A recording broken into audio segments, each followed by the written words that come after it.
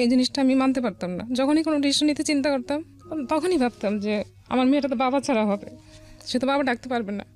এইটা ফ্যামিলির সন্তানরা আসলে জানে যে না, এটা ওরা করছিল এই জন্য যে আমি যেহেতু ওখানে যেয়ে থাকবো, আর ওরা 4 ভাই ওরা। আমার নাম হচ্ছে মোসাম্মদ পারুল। পারুল, বয়স কত এখন? বয়স 35 বয়স। আপনি কোন জেলায় জন্মগ্রহণ করেছেন? নারায়ণগঞ্জ আমাদের জেলা। বর্তমানে নারায়ণগঞ্জে আছেন? না, আমি ঢাকায় থাকি। ঢাকায় থাকছেন। তো একটু ছোটবেলা থেকে আমরা শুরু করি, ধারাবাহিকভাবে আমরা শুনতে থাকি। জি প্লিজ। ছোটবেলায় আসলে তেমন কোনো ঘটনা নেই, গ্রামে বড় হয়েছি, সোনারগাঁতে লেখাপড়া করেছি। আচ্ছা, যখন আমি ইন্টার পরীক্ষা দিই তখন আমার বিয়ের কথা হচ্ছিল। আচ্ছা, আপনার ফ্যামিলি সম্পর্কে যদি একটু জানি, আপনার বাবা কি করতেন? আমার বাবা জব করতেন, এখন কিছুই করেন না। ওই সময় কি ধরনের জব করতেন? একটা প্রাইভেট কোম্পানিতে ছোট্ট একটা জব করতেন। কয় ভাই বোন আপনারা?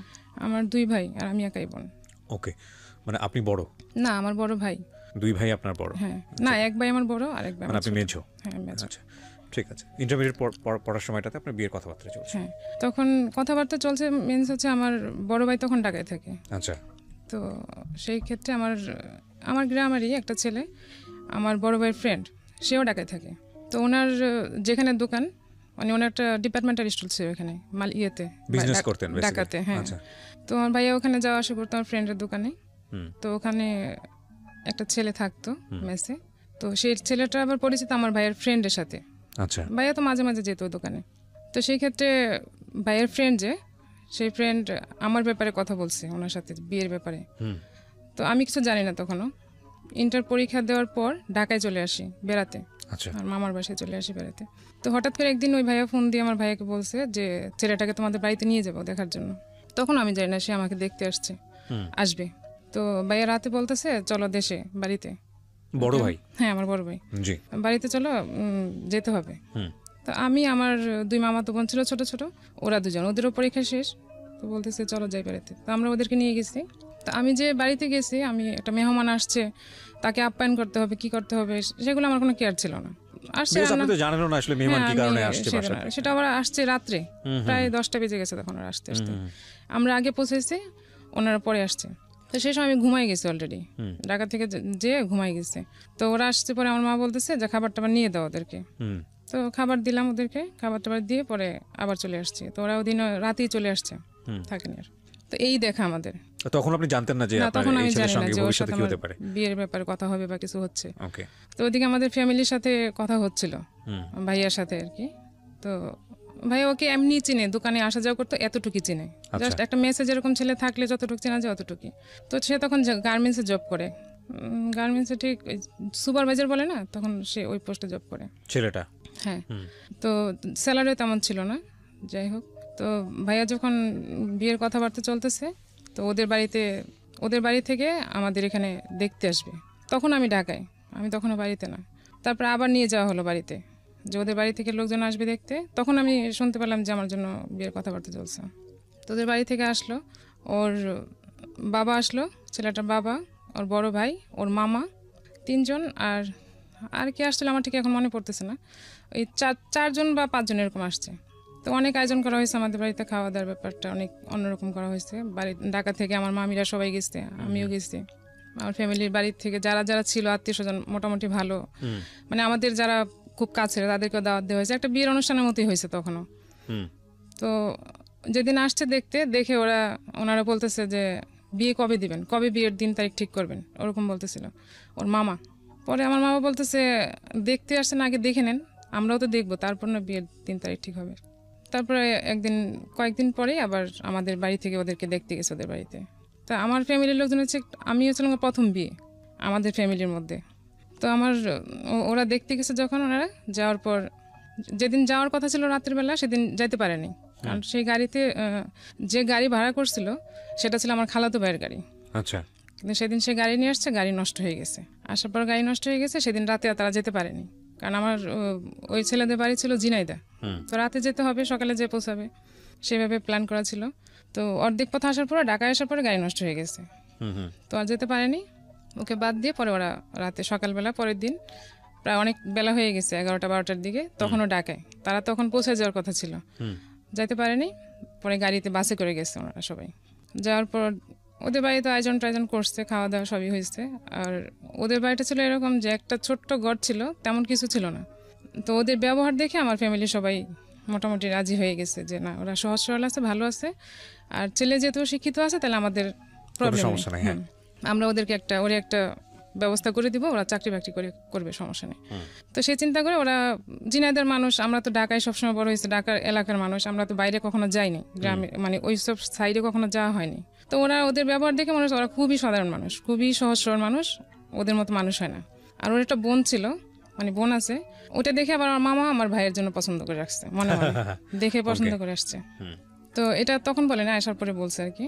ওইটাই বিশেষ করে চোখে লাগছে বেশি, যে আমরা এখানে আত্মীয় করলে মেয়েটাকে আমরা নিতে পারবো আমাদের বাড়িতে। তো এরকম কথাবার্তা বলে আসছে। আসার পর ওই গ্রামে যখন গেছে, আমার চাচাতো ভাই ছিল একটা, ওনাদের সাথে গেছে দেখতে বিয়েতে। ও চাচাতো ভাই আমাকে পছন্দ করতো, বাট ফ্যামিলিতে বলে না কখনো যে আমাকে পছন্দ করে। আমাকে বলছে যদি আমি রাজি থাকি তাহলে সবাইকে সে মানাবে। বলেছে না, আমি আপনাকে ভাইই জানি, ভাই, অন্য কিছু না। তো সেই ভাই যে ছেলেটাকে দেখতে গেছে ঝিনাইদহতে, সেই ছেলের চাচার একটা দোকান ছিল ওখানে কাছে। তো চাচার দোকানে যখন গেছে, চাচাকে জিজ্ঞেস করছে ছেলে লেখাপড়া কেমন, কতটুকু করছে, কি আসে বিষয়। তো কতটুকু লেখাপড়া করছে আমরা ঠিক জানি না, চাচা বললো এটা। ওকে। তো এটা এসে আবার আমার ভাই, ওই চাচাতো ভাই বলছে, বলার পরে আমার ফ্যামিলি থেকে কি ওটা মানে নেই যে এটা মিথ্যা কথা হইতে পারে, বা মানে এই চাচাতো ভাই আবার আপনাকে পছন্দ করতো না? হ্যাঁ, ওনার সঙ্গে বিয়ে শাদীর কথাবার্তা ছিল না, সেই কারণে সে আমাকে পছন্দ করতো, সেই কারণে ওকে সন্দেহ করেছে, মিথ্যা কথা বলছে, ওকে সন্দেহ করছে। এটাই আমার সবাই করছে যে এটা হয়তো মিথ্যা কথা হইতে পারে, সে হয়তো চায় না, সেজন্য বলছে। আর খালাতো ভাইকে তো বলছেই যে সেও চায়, সেজন্য সে নষ্ট গাড়ি নিয়ে আসছে, সে চায় না সেখানে যাক, এগুলো বলা হয়েছে। তো এটা নিয়ে ওই চাচাতো ভাই যে বলছে, এটা নিয়ে আমার চাচির মধ্যে, চাচা মানে ওই চাচি না, পাড়াপড়শি আরেক চাচির সাথে আমার মার একরকম ঝগড়াই হয়ে গেছে, যে সে কেন মিথ্যা কথা বললো এসে। তো দেখা কিন্তু একবারই হয়েছে, একবারই ওদের বাড়িতে গেছে, আর কিন্তু দ্বিতীয়বার যায়নি কখনো দেখা করতে। যেহেতু ছেলে দেখছে এখানে, খুবই ভদ্র, খুবই ভালো, তো ছেলেই চাই, দেখতেও সুন্দর, কোনো প্রবলেম নাই। আমার মা তো অনেক পছন্দ করছে ছেলেকে, এই ছেলের কাছে বিয়ে দেবে। তো কথা ভাবে চলতেছে, মাঝখানে কিছু স্টপ ছিল, কী কারণে আমি জানি না। তো আমি তখন তো গ্রামে চলে গেছি অলরেডি, আর তখন মোবাইল তো অ্যাভেলেবেল ছিল না। তো আমার ভাইয়ের কাছে মোবাইল ছিল, ভাইয়া ঢাকা থাকতো, আর আমাদের বাজারে একটা দোকান ছিল মোবাইলের কথা বলার জন্য। ওখানে বলাছে যে যখনই যে আসবে ফ্যামিলি থেকে কথা বলতে বা ফোন করলে ডেকে দিবে, আর বিল যা হবে লিখে রাখবে, ভাইয়া ওটা যখনই বাড়ি যাবে তখন দিয়ে দিবে। তো আমি ওখানে, ভাইয়া ফোন দিছে, খবর পাঠাইছে যে তোমার ভাই ফোন দিছে, আমি কথা বলতে গেছি। ওখানে একটা ছেলে ছিল, আমাকে দেখছে, বাট আমি জানি না।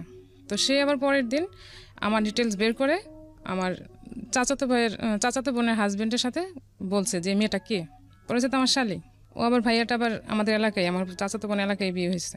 পরে বলতেছে মেয়েটা আমার পছন্দ হয়েছে খুব। তো আমরা জানি না, যেহেতু এখানে কথা চলতেছে অলরেডি। তো ওই ছেলেটা আর আমার ভাই দুলাভাই আসছে, আইসা আমার মাকে বলতেছে, কাকি পারুলকে তো একটা ছেলে পছন্দ করছে, খুব ভালো ছেলে, বিদেশ থাকে, সে বিদেশ থেকে আসছে, অনেক পছন্দ করছে, এখন আপনারা যদি রাজি থাকেন তাহলে ওদের ফ্যামিলি থেকে দেখতে আসবে। আমার মা বলতেছে না, আমাদের তো এক জায়গায় কথা চলতেছে, এখন কিভাবে তোমাকে দেখাই বলো, একটা শেষ না হলে তার একটা কথা বলা যাচ্ছে না।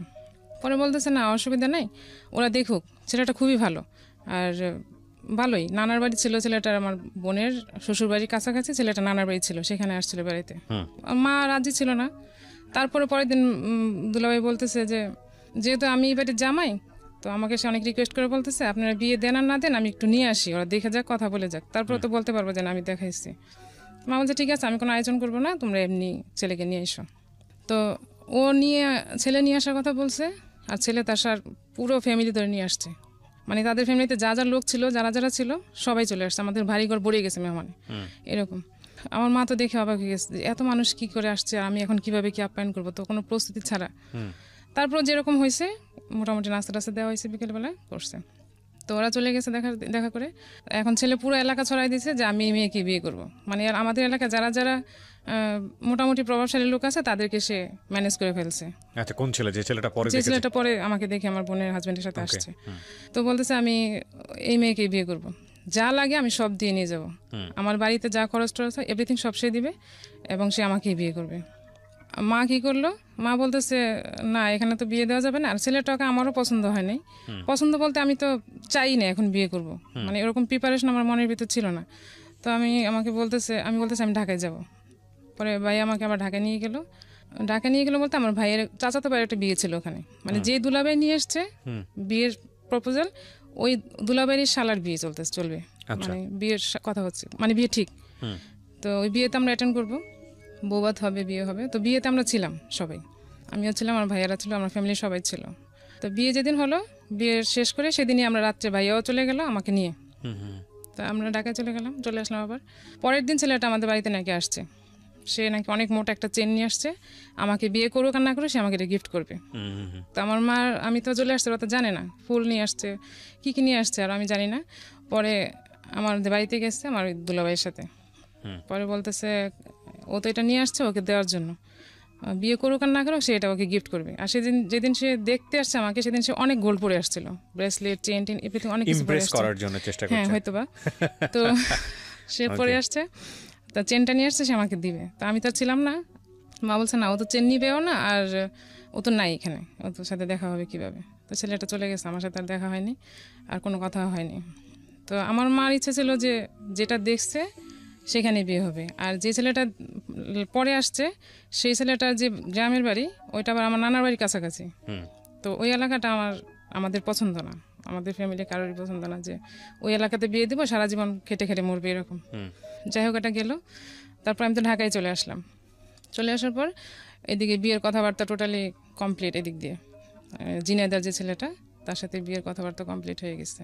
তো আমি এর মধ্যে একদিন বলছিলাম ভাইয়াকে যে আমি গার্মেন্টসের ছেলে বিয়ে করবো না, যারা গার্মেন্টসে জব করে আমি এই ছেলে বিয়ে করবো না। তো ভাইয়া আমার সাথে কথা বলেনি সেদিন থেকে আর, যে কেন আমি কথা বললাম। তো ভাইয়ের একটাই ই ছিল সবসময় যে রাগ হলে কথা বলতো না কারোর সাথে। আর এই ভাইয়া আমাদের অনেক করছে ছোটোবেলা থেকে, মানে আমার বাবার যেটা করার কথা ছিল সেটা আমার ভাইয়া করছে সব কিছুই। তো আমিও চাইতাম যে আমার ফ্যামিলির পছন্দেই বিয়ে করব, বাট আমি এমন কিছু করব না যেটা আমার ফ্যামিলির উপর কোনো প্রশ্ন আসে, যে খারাপ প্রেম করব, আমার ভাইকে সবাই বলবো যে ওর বোন এরকম, কিংবা ও অবাধ্য হয়ে গেছে, এরকম কিছু আমি কখনো করবো না, যে প্রেস্টিজ ইস্যু হবে এরকম আমি কিছু কখনো করবো না। আর আমি চলছি সবসময় এরকম ভাবেই, মানে বড় ভাই ছিল তো সবসময় একটা ভয় ভিতরে কাজ করতো যে আমি একটা খারাপভাবে চললে আমার ভাইয়া তো সাপোর্ট এখানে সব কিছুর ঊর্ধ্বে, তো কানে যাবে, আর আমাকে তো কিছু না বললে, ওই যে না বলা, কথা না বলা, যে এটা আমার কাছে অনেক বড় একটা পেন, যে আমার কাছের লোকই আমার সাথে কথা বলবে না, এটা তো কথা বলে নাই। সেদিন অনেকটা রাগ হয়ে আছে যে আমি কেন এই কথা বললাম। তো আমার মামি বললো যে গার্মেন্টসে ছেলে আসলে তো ভালো হয় না, এটা তুমি, আমার ছোটো মামি বললো যে এরকম ভালো হয় না। পরে আমি বলছি আমিও তো তাই বলছি যে বিয়ে করবো না, তুমি ভাইয়া তো কথা বলে না। যাই হোক, এখন আমার মামার ফ্যামিলিতে মামাই সব, মানে যা বলবে সব মামার কথাই সব হবে। আমার ফ্যামিলিতে ভাইয়া যা বলবে, মা যা বলবে, এরকম। আব্বা অতটা ফ্যামিলিয়ার ছিল না, সবসময় একটু সরল টাইপের আর কি, মানে সব ডিসিশন নেওয়ার ব্যাপারে অত ছিল না। তবে আব্বা এটা বলছিল যে আমার একটা মেয়ে আমি এত দূরে বিয়ে দিতে চাই না, ওই বিয়ে দিতে চাই না, এত দূরে বিয়ে দিতে চাই না, এটা একবার বলছিল। কিন্তু আমার ভাইয়া, আমার মা, ওদের জন্য ওরা আব্বা যে কিছুটা ডিসিশন নেবে সেরকম ওরকমও না। তো এটা বলার পর আমি একটু বলছি, ভাইয়ের কথা বলছে না, ঠিক আছে, আমি আর কিছু বলিনি। পরে ওই ছেলেটা নাকি আমার সাথে কথা বলতে চাইছে। তো যখন বিয়ের দিন তারিখ ঠিক হয়নি, আমাকে নিয়ে গেল, ভাইয়া বললো যে কথা বলতে চাইছে, কথা বলে দেখো কি বলে। তো সে মেসে থাকতো, আমাকে মেসেই নিয়ে যাওয়া হয়েছে, মেসের পাশেই ছিল, ছেলেটার সঙ্গে কথা বলার জন্য। হ্যাঁ, কথা বলার জন্য। ছেলেটা সেদিন দুপুরে সে লাঞ্চ করতে বাসায় আসবে, তখন আমি তার সাথে দেখা করব, মানে সে আমার সাথে জাস্ট কিছু কথা বলবে। তো আমাকে সে প্রশ্ন বলল যে আমাদের বাড়িতে ওই জায়গায় জিনাইদা আমাদের এরকম জায়গা জমি আছে, তারপর করতে হবে, হাল চাষ করে গরু পালে, এগুলা সব কিছু করতে হবে। আমার তো এমনিতে ওর পছন্দ না, বিয়ে করবো না বলে দিয়েছি। তারপরে আমি বলছি যে আমি এসব করতে পারবো না, আমি এসব করে অভ্যস্ত না, কারণ আমার ফ্যামিলিতে আমি কখন এগুলো করিনি। তো আর কিছু বললো না, এসব আপনি কি বিয়েতে রাজি? এখন আমি তো বলতে পারবো না যে আমি বিয়েতে রাজি না, কারণ আমার উপরে তো ভাইয়া। এখন আমি বলি না আর কিছু, আমি এটুকু বলছি যাতে সে বোঝা যায় যে বিয়েটা এখানে করা ঠিক হবে না, সে ভেঙে দিক। কিন্তু সে এটা করে নাই, সে আর কিছুই বলেনি। আমাকে একটা ডায়েরি গিফট করলো, ডায়েরির ভিতর তার একটা ছবি দিয়ে, এটা নিয়ে আসলাম। আসার পর তার সাথে তার কোনো কথাই হয়নি, আর ফোনও তো তখন অ্যাভেলেবেল ছিল না যে কথা হবে বা কিছু। তারপর বিয়ের দিন তারিখ ঠিক। তো ওদের বাড়িতে যখন আমাদের ফ্যামিলি দেখতে গেছিলো, তখন ওদের যে বাড়িঘর দেখে আসছে, ওগুলো দেখে আমার মামা বলছে যে যেহেতু এখানে যদি বিয়ে হয় তাহলে আমরা একটা ঘর করে দেবো এখানে, যাতে ও এসে থাকতে পারে। আর মামা এটাও বলছে যে তুমি বউ কোথায় রাখবা বিয়ের পর। পরে ও বলছিল যে আমি যেখানে থাকবো বউ সেখানেই থাকবে। তো ও চাকরি করে ঢাকায়, তো ঢাকায় থাকা হবে, এই জন্য আরও দূরে দেওয়া হয়েছে, যে ওখানে তার থাকবে না। তো ঘর দেওয়ার কথা বলছে, কত টাকা দিবে, যা 2টা রুম করতে যা লাগবে সেরকম দিবে। বিয়ের দিন তারিখ যখন ঠিক হলো তখন সে টাকা চাইতে শুরু করলো ভাইয়ের কাছ থেকে, যে বাড়িতে কাজ শুরু করছে, এখন টাকা লাগবে। টাকা যাচ্ছে, বাড়িতে ঘরের কাজ শুরু করছে, ঘরের কাজ শেষ করে আমাকে উঠে নিয়ে যাবে। আর তখন কথা ছিল যে আমাকে গোল্ড ওরা কতটুকু দিবে, কি দিবে সেগুলো, কানের গলার কি দেওয়ার কথা ছিল, তো এগুলো দিবে ওরা, আর আমাদের থেকে ঘর উঠে দিবে ওকে। তো এর মধ্যে ওর বোনের একটা প্রবলেম হয়েছে, সেটা নাকি তার ওখানে কয়েকটা ছেলে তাকে ডিস্টার্ব করতেছে খুব, তো তাকে ওখানে রাখা সেভ হচ্ছে না।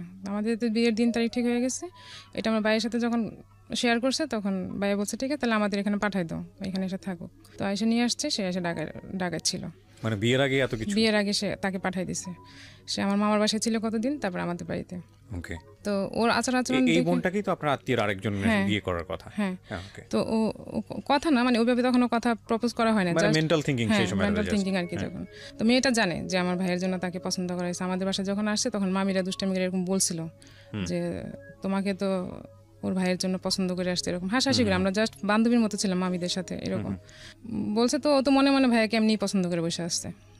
তো যখন এখানে চলে আসছে তখন তো সে আরো সিরিয়াস। তো আমার ভাইয়া ছিল একটু রিজার্ভ টাইপের, খুব রিজার্ভ টাইপের বলতে কি মানে ইচ্ছা করে যে কোনো মেয়ের সাথে একবার পড়ে যাবে এরকম না, ভাইয়া ওকে বোনের মতো দেখে। হ্যাঁ। তো আমাদের বাড়িতে যখন আসছে তখন সে বিহেভগুলো এরকম যে ও প্লেটে খাবে, খাওয়ার পর প্লেটটাও সরাবে না। ইভেন মানে এরকম না যে আমরা কোথাও গেলে তো একটু কার্টিসি করি, যে আমরা অন্তত এতদিন ধরে এখানে আসছি, আমার তো একটু দায়িত্ব থাকে যে আমি কি করব না করবো, কিন্তু সে এরকম ছিল না, সে একটু উগ্র টাইপের চলাফেরা ওরকম ছিল, দেখে আমার কাছে ভালো লাগেনি। সে ছিল অনেক দিন, প্রায় 20-25 দিন হবে ছিল, তারপর ওকে পাঠাই দেওয়া হয়েছে বাড়িতে, চলে গেছে। তো ওর ভাই টাকা চাচ্ছে ঘর উঠানোর জন্য, তো এদিক দিয়ে বিয়ের দিনও চলে আসছে। তো বাড়ির কাজ মোটামুটি হয়েছে, মোটামুটি বলতে শুধু ইট দিয়ে রাখছে, কোনো রকম জানলাও তৈরি করা হয়নি, সেগুলো তো আমরা জানি না, আর কেউ যায় না ওদের এখানে দেখতে। মানে তখন পর্যন্ত আপনাদের বিয়ের কোনো ধরনের কোনো ফর্মালিটিস হয়নি? না, বিয়ের মৌখিক মানে দিন তারিখ পাকা হয়ে গেছে। এগুলো তো এক ধরনের যৌতুক।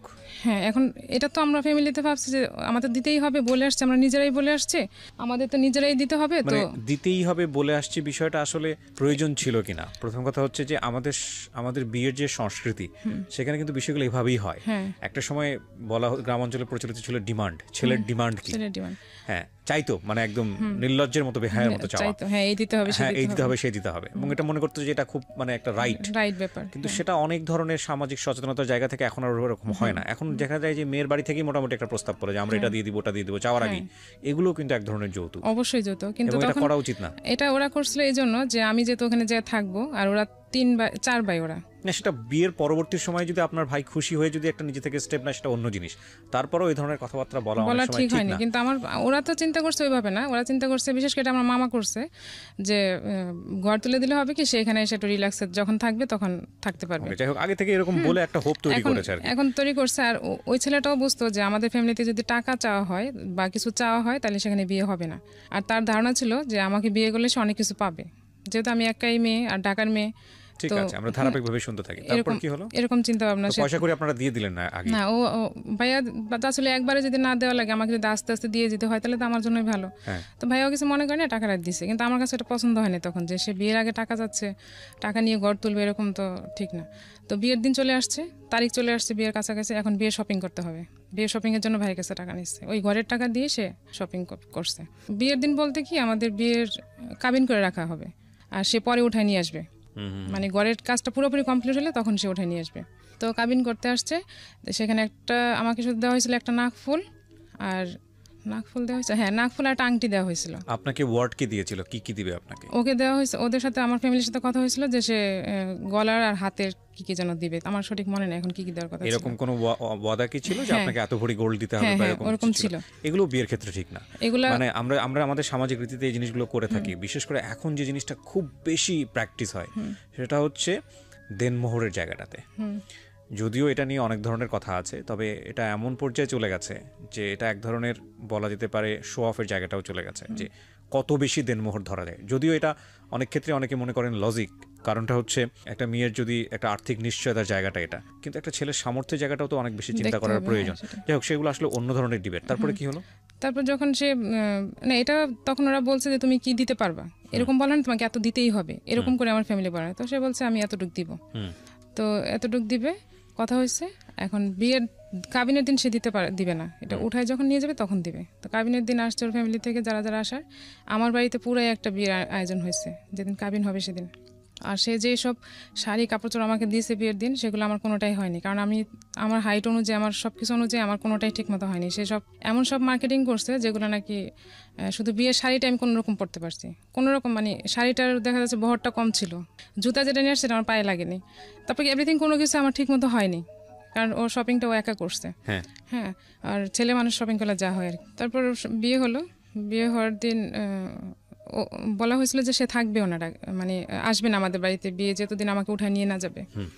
তো গ্রামের বিয়ে, তো বিয়ে হওয়ার পরে তারা বলতেছে থাক, সবাই যেহেতু বিয়ে যেহেতু হয়ে গেছে ছেলে থাক। তারপর সেদিন বিয়ের দিন তো সে রয়ে গেল, থাকার পর সেদিন খুব বৃষ্টি হয়েছে খুব রাতে, আর গরমও ছিল খুব, এপ্রিলে ছিল তো অনেক গরম ছিল, তো বিদ্যুৎ ছিল না। আর আমাদের বাড়িতে যে ঘর ছিল সেখানে আমাদের তো অনেক মেহমান আসছে, সবাই ছিল, তো আমাদের বাড়িতে থাকার কোনো ব্যবস্থা রাতে ছিল না। তো আমার চাচার বাড়ি আছে আরেকটা, আমরা সেখানে ছিলাম। তো আমার খুব ভয় লাগতেছিল যে একটা ঘরে এরকম অজানা একটা লোকের সাথে কিভাবে থাকবো, কিভাবে একদমই অচেনা। তো আমার খুবই ভয় লাগতেছিল। আমার প্রত্যেকটা মানুষের একটা ড্রিম থাকে না, আমরা কিন্তু একটা মানে ম্যাচিউর বলি বা একটা ইম্যাচিউর বয়সে সবার একটা স্বপ্ন থাকে না, বিয়ের স্টার্টিং সময়টা, যে মানুষটা আমার জীবনে আসবে সেই মানুষটাকে নিয়ে খুব সুন্দর একটা চিন্তা করা, এরকম একটা স্বপ্ন কিন্তু প্রত্যেকটা মানুষ, আমি যত জানি মেয়েদের মনে একেবারে টিনেজ বয়স থেকে শুরু হয় থাকে। হ্যাঁ, আমার ছিল, হয়তো অতটা থাকে না। আমার ছিল এরকম যে আমি এটা কখনোই চিন্তা করিনি আর মানতেও পারিনি যে বিয়ের প্রথম রাত আমি আমার বাবার বাড়িতে থাকবো। এটা খুবই আমার কাছে একটা কেমন জানি মনে হয়েছে। মানে এই কথাটা যারা ভিডিওতে দেখছেন বা রেডিওতে অনুষ্ঠানটা শুনছেন তাদেরকে এই কারণেই বলছি, যারা ভবিষ্যতে বিয়ে শাদী করবেন, অন্তত মানে একটা মেয়েকে এই কথাটা জিজ্ঞেস করাটা খুব প্রয়োজন, যদি বিয়ের আগে এটা সম্ভব হয় কারোর পক্ষে, যে what is your dream actually, মানে যেই মানে বিয়ের প্রথম রাত, এটা খুব গুরুত্বপূর্ণ একটা মানুষের সঙ্গে জীবন শুরু করার প্রথম মুহূর্ত। এটা আসলে বিশেষ করে মেয়েদের একটা অনেক সুন্দর স্বপ্ন থাকে, অ্যাটলিস্ট তাদের ওই স্বপ্নটুকু পূরণ করা যায় কিনা ছেলেদের সাইড থেকে, এইটুকুর চেষ্টাটা করা। বাট লাকিলি আর আনলাকিলি আমাদের জীবনটা আসলে সবকিছু সবসময় কিন্তু পরিকল্পনা মাফিক আসে না, এবং খুব ইভেনচুয়ালি হঠাৎ করে চলে আসে, যেটা আমাদের চিন্তার সাথে কোনো রকমের মিলই থাকে না। অনেক সময় তো আমরা ওই ব্যাপারটা নিয়ে ডিসঅ্যাপয়েন্ট হই। আর এই রাতটা নিয়ে আমরা কথা বলতে চাচ্ছি এই কারণে যে this is a very special night, এবং এটা জীবনে একবারই আসে। তো সেই জায়গাটা থেকে এইটার যেই ড্রিম প্ল্যানটা থাকে সেটা আসলে পূরণ করা উচিত এবং চেষ্টা করা উচিত অন্তত। জি, আপনি যেটা বলছিলেন। তারপর তো বিদ্যুৎ ছিল না, তো অন্ধকার, সব বাড়িঘর তো সবই অন্ধকার, তো শুধু ক্যান্ডেল জ্বালানো হয়েছিল। তো আমার ভাবিরা বলতেছিল যে যাও, কিছু হবে না, ভয়ের কোনো কারণ নেই, এরকম বলতেছিল। কিন্তু আমি আমার ভিতর থেকে মানতে পারতেছিলাম যে আমার ভয় লাগতেছিল যে আমি কি করব, কি হবে, মানে এরকম একটা ভয় কাজ করতেছিল, মানে খুবই আমি ভিতর থেকে কাঁপতেছিলাম এরকম। তো যখন গেলাম তো আসার পর আমার হাত ধরছে, ওরকম না কোনো এই যে একটা প্রিপারেশন কিংবা একটা কিছু বলা করা, ওরকম কিছুই না, জাস্ট আমার হাতটা ধরে দেখছি আমি খুব কাঁপতেছিলাম ভয়তে। তো বলতেছে এরকম কাঁপতেছো কেন? আমি বলছি আমার ভয় লাগতেছে, এটুকু বলছে। বলে আমি দূরে সরে বসে আছি, অনেক দূরে সরে গেছি। সরে যাওয়ার পর সে শুয়ে পড়ছে, শুয়ে পড়ার পর আমাকে বলতেছে বাতাস দাও পাখা দিয়ে, মানে অনেক গরম লাগতেছিল তখন। আপনাকে কমেন্ট করছে সে? হ্যাঁ, আমাকে বলতেছে বাতাস দাও, গরম লাগতেছে আমার খুব।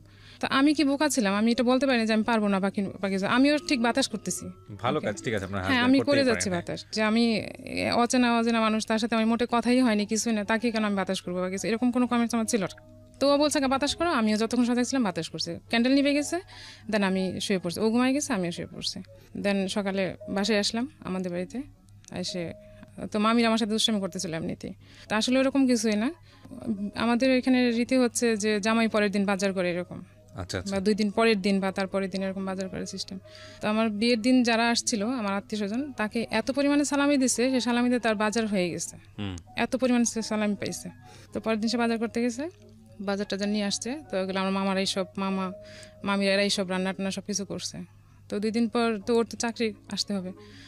তারপরে মামিরা যখন চলে আসলো তখন আমাদের বাড়িতে আমরা থাকলাম, সেখানে আমরা আর কোনো কথাবার্তা ওরকম হয়নি তার সাথে আমার। তো ও চলে আসলো 2 দিন পর, আমি বাড়িতে রয়ে গেলাম। তো মামা বলছিল যে এরপরে আর কোনোদিন ওরা বিয়ের উঠায় নেওয়ার আগে আর দেখা সাক্ষাৎ হবে না, তাইলে জিনিসটা অন্যরকম হয়ে যাবে, আর আমরা চাচ্ছি যে আমরা অনেক বড় করে অনুষ্ঠান করে তারপর উঠাই দিব। তো মামা কী করলো, আমাকে ঢাকায় নিয়ে আসলো, ভাইয়া বললো যে ঢাকায় চলো, তাহলে করবে। তো আমি ঢাকায় চলে আসলাম, আর ওদিকে ও জব চলে গেল। তো মামার বাসায় আসা হয়নি, কিংবা ওইভাবে তাকে বলা হয় না, কিংবা অ্যাড্রেসও দেওয়া হয়নি যে বাসায় আসো বা কিছু এরকম কিছু। আমি আমার মতো আছি মামার বাসায়, ওর মতো আছে। তো মামির আমার সাথে ফাজলামি করতেছিল অনেক রকম কথা বলে, আমি বলছি না এরকম কিছু না, কিন্তু আমার তো ভয় লাগে ওকে দেখলেই। আমি তখন কেবল ইন্টার পরীক্ষা দিছি আর অত ছিলাম না। পরে বলতে আপনাদের সাথে বয়সের ডিফারেন্স কতটুকু ছিল? 6-7 বছর হবে। 6-7 বছর, ওকে। ঢাকায় ছিলাম তো, এপ্রিলে 5 তারিখে বিয়ে হয়েছে, তো 10 তারিখের মধ্যে আমি ঢাকায় চলে আসছি। আর 14 তারিখে মেবি ছিল পয়লা বৈশাখ ছিল, 14 তারিখ সম্ভবত, সরি পয়লা বৈশাখ। তো বৈশাখে প্ল্যান করা ছিল, ওর বোন তখন ঢাকায়, আবার বিয়ে তখন আসছে, তখন আসে যায়নি, ঢাকায় রয়ে গেছে। তো প্ল্যান ছিল যে সবাই মিলে ঘুরতে যাবে পয়লা বৈশাখের দিন, ঘুরতে যাবে, কে কার সাথে কীভাবে ঘুরতে যাবে। মামিরা যাবে মামার সাথে, মামাতো বোনরা, ভাইয়া আর ভাইয়ার যে ফ্রেন্ড ঘটক, সে ফ্রেন্ড আর আমার ননদ যাবে একসাথে ঘুরতে, আর আমি আর আমার হাজব্যান্ড যাবো ঘুরতে। তো সে আমাকে ফোন দিল ভাইয়ার মোবাইলে পয়লা বৈশাখের 2 দিন আগে, মানে 2 দিন আগে না 1 দিন আগে যেন, ফোন দিয়ে আমাকে জিজ্ঞেস করতেছে আমি তার সাথে কি ঘুরতে যাব, মানে ওরা যে প্ল্যান করছে আমার ফ্যামিলি থেকে, সেটা কি আমি যাব নাকি না হলে সে দেশে চলে যাবে। সে আমার প্ল্যানটা, ওর প্রশ্নটা ছিল এরকম যে সবাই তো প্ল্যান করছে ঘুরতে যাওয়ার জন্য, তুমি কি যাবা, নাইলে আমি বাড়ি যাব। কথাটা তো এরকম হওয়া উচিত ছিল না, রাইট? ডেফিনেটলি এটা আমার খুবই লাগছে তখন, কিন্তু যদিও আমি এটা কিছু মনে করি না, কিন্তু আমার কাছে কিন্তু ভিতর ভিতর খারাপ লাগছে যে এরকম কেন হবে, কথাটা তো এরকম হওয়া উচিত না। তো আমি আর কিছু বলি না, আমি বলছি যে সবাই যেভাবে ডিসিশন নেয় আমিও সেইভাবেই যাব। তো পয়লা বৈশাখ দিন ভাই আমাকে বাইকে করে নামাই দিয়ে আসলো ওর মেসের কাছে, ওর ওখানে। তো ওখান থেকে আমরা ঘুরতে যাবো একসাথে, ও গেছে, আমি গেছি, ওর সাথে ওর 2টা ফ্রেন্ড। তো 2টা ফ্রেন্ডকে সাথে নিয়ে গেছে। আমরা প্রথমে গেলাম সংসদ ভবনে, নিয়ে যাওয়ার পর সে ওখানে ওদের সাথে খুব আড্ডা দিচ্ছে। আমি যে একটা মেয়ে মানুষ বা ওইখানে তার সাথে আছি, হ্যাঁ আমাকে ওভারলুক করতেছে, আর আমি মানে তার পিছনে পিছনে হাঁটতেছি এরকম, মানে ওরা খুব মজা করতেছে আর আমি একা একা, মানে খুব লোনলি ফিল করতেছিলাম বিষয়টা। তো এটা হ্যাঁ, তো আমি এটা এসে অ্যাকসেপ্ট করতে পারিনি। মামিদের সাথে বলছি যে মামি এরকম এরকম হয়েছে। তো বলার পরে মামার ওকে ডাকছে, ওকে বলছে যে তুমি এরকম ওরে নিয়ে গেছো, নিয়ে যে তোমার এরকম ইনসাল্ট কেন করছো, তোমার ফ্রেন্ডদের সাথে তুমি কেন ওকে নিয়ে গেছো, তুমি ওদেরকে নিয়ে যেতে আগে পরে নিয়ে যেতে, তোমরা ফার্স্ট টাইম ঘুরতে গেছো একসাথে, তোমার তো ওকে টাইম দেওয়া উচিত ছিল, না দিয়ে তুমি কেন ওর সাথে ওদেরকে নিয়ে যায় ওরে একা একা ফেলায় রেখে এরকম ঘুরছে, এটা তোর কাছে ভালো লাগেনি। তো আমার কাকা আসছিল একটা, আমার ভাইয়া আর আমার মামা, তখন আমাকেও নিয়ে যাওয়া হয়েছিল না কি, গেছিলাম, হ্যাঁ আমিও গেছিলাম। তো ও সবার সামনে ওই ভাইয়ার ওই দোকানের পিছনে ওনার থাকার জায়গা ছিল, ওইখানে বসেই গল্প করা হয়েছে এটা, যে এই কথাগুলো হয়েছে। হ্যাঁ, যখন আমি পয়লা বৈশাখে তার সাথে দেখা করতে গেলাম, পাশে আরেকটা পরিচিত ওর ভাবি, মানে কথিত ভাবি আর কি, পাশে ছিল পরিচিত, ওনার রুমে নিয়ে আমাকে বসাইলো। তো ওখানে একটা মহিলা আমাকে দেখতে আসছে, খুব উৎসাহ নিয়ে আমাকে দেখতে আসছে। তো আমি তো আর চিনি না কাউরি ওখানকার। তো আমরা তো এই পার্টটা বললাম যে, তারপর সে সরি টরি বলছে, মাপ চাইছে সবার কাছে, না নেক্সট টাইম এরকম হবে না, সব ঠিক হয়ে যাবে, এরপর থেকে আর আমার ভুল হবে না। মানে উনিও সামহাউ হ্যাপি ছিল না, আপনি তো হ্যাপি ছিলেন না, উনিও ওনার জায়গা থেকে যে আপনাকে একটু কনভিন্স করবে বা যেরকম হওয়া উচিত জামাইয়ের আচরণ সেরকম ছিল না, টোটালি ছিল না, একদমই ছিল না। তারপর দেখে চলে গেল, তারপর তো সরি টরি বলা হয়ে গেছে, আর নেক্সট এরকম হবে না এরকম বলে, দেন তার মানে তাকে ভুলটা বলা হয়েছে, তোমার ভুলগুলো এরকম হয়েছে, ঠিক আছে আর হবে না। তো আমরা যে মেসে সবাই গেছি, পাশে যে কথাবার্তা হয়েছে, তার মেসে অনেকেই জানছে এটা, যে ওর এখানে এরকম একটা ছোট বৈঠকের মতো হয়েছে, ওর একটু প্রবলেম হয়েছে। তো ওর যে মেসে বুয়া রান্না করতো, সে বুয়া নাকি তাকে বলছে এই মেয়েকে তো তুমি রাখতে পারবে না, তোমার যেভাবে হোক তাকে আটকাইতে হবে, তুমি যদি ওর সাথে সংসার করতে চাও। তখনও তার সাথে আমার কোনো রকম কোনো স্বামী স্ত্রী যে সম্পর্ক, সেটা কখন হয়নি তার সাথে আমার কোনো রকম। তো প্রায় বিয়ের তো 15 দিন হয়ে গেছে, এটা 15 দিন হয়ে গেছে, আমি ঢাকায়, ও ঢাকায়, আর বাসায় আসার তার নিষেধ, সে বাসায় আসতে পারবে না। এরকম বলার পরে সে মাথার ভিতরে এটা নিচ্ছে যে আমাকে তো তাকে আটকাইতে হবে। তখন আর কিছু বলেনি। তো বিয়ের পরে সে তো আমাকে উঠাই নিবে আগে, তাদের বাড়িতে নিয়ে যাবে, দেন তারপর না তার ডিসিশন। যাই হোক, এখন বিয়ে হচ্ছে, সে আমাদের বাড়িতেও আসে নাই এর মধ্যে। আর বিয়ের পয়লা বৈশাখের পরে আরও 15 দিন, মেবি 15 দিন পরে সে একদিন ছুটি পাইছে অফিস থেকে। তো সে সম্ভবত ওই ঘটক ভাইয়াকে বলছে যে শ্বশুরবাড়িতে যাবে আমাকে নিয়ে। তো সে আমাকে বলছে যে আমাকে নিয়ে যাবে। তো আমাকে নিয়ে সে সেদিন মাসখানেক পরে আর কি বিয়ের, তো আমাদের বাড়িতে আসছে। সেদিন আসার পরে সে ছিল 2 দিন বাসায় থাকার পর, তার যখন ছিল তখন আমি বাড়িতে চলে আসছি একবারে, আর তখন আর ঢাকায় যাচ্ছি না, বাড়িতে চলে আসছে, কারণ প্রতি সপ্তাহে সপ্তাহে এখানে আসবে, ছুটি পাইলে সে আমাদের বাড়িতে আসবে। মানে সেরকম বলে নাই, তো সবাই চাচ্ছে এরকম আসুক, যেহেতু বিয়ে এখন উঠায় নিতে পারতেছে না, তাহলে এখন কি করবে, সে একটা প্রিপারেশনের দরকার উঠায় নেওয়ার জন্য।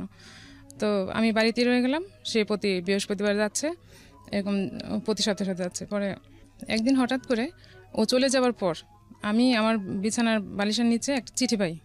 চিঠিতে লেখা ছিল আমার নাম, মানে শিরোনামে আমি ছিলাম, মানে আমার নামটাই ছিল, কিন্তু ভিতরে যে কথাবার্তা সেগুলো আমার সাথে যায় না। কি লেখা ছিল? মানে সেরকম লেখা ছিল যে তার সাথে একটা মানে ব্রেকআপ হলে যেরকম কথাবার্তা হয় না, সেরকম কথাবার্তা লেখা, যে আমি তোমাকে এরকম পছন্দ করতাম, এই করতাম সেই করতাম, যে তুমি আমার সাথে এরকম করো আমি বুঝতে পারিনি, এরকম লেখা। আর যখন আমি চিঠিটা ও যাওয়ার পর বিছানা গুছাইতে গেছে, তখন যখন দেখলাম, তখন আমি এটার বুঝতে পারলাম না যেটা কাকে লেখা। লেখা তো আমার নাম, কিন্তু তার সাথে আমার রিলেশন তো এরকম না।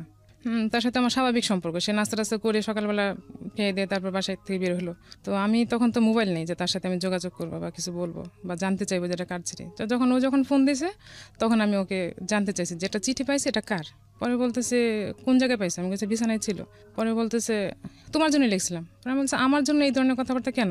আর আমার তখন এত বুদ্ধিও ছিল না যে আমার সাথে এরকম রিলেশন না। এখন বুঝি সেটা তো আমার জন্য ছিল না।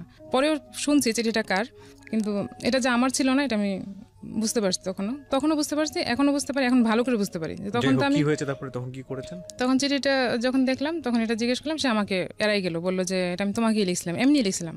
আপনার নাম ছিল চিঠি? হ্যাঁ, চিঠির মধ্যে আমার শুরুতে আমার নাম ছিল। এখানে কারণ আছে, আমি বলবো পরে। ওকে, আচ্ছা, যাই সামনের দিকে। তো এটা আমার নাম দিয়ে লেখা, এরকম লেখা ছিল। এর মধ্যে তো আর সে উঠায় নিয়ে আসতে পারতেছে না আমাকে, 9 মাস হয়ে গেল অলরেডি আমাদের বাড়িতে। তবে আমার ফুপু একদিন বলে বসছিল ওর সামনে যে তোমার বাপের কি টাকা নাই, আমার বাস্তিরে উঠায় নিতে পারতেছো না। মানে আমার ফুপুটা একটু সহজ সরল টাইপের, অত শিক্ষিত না, তো বলে ফেলাইছে ওর সামনে। আর এটা নিয়ে ওর যখন বলছে তখন ও খুব মাইন্ডে লাগছে, তার ইগোতে লেগেছে। এটা ওর ফ্যামিলি তো বলছে, বলার পর এটা নিয়ে ওর বাবা খুব মোটামুটি রাগ হয়েছে।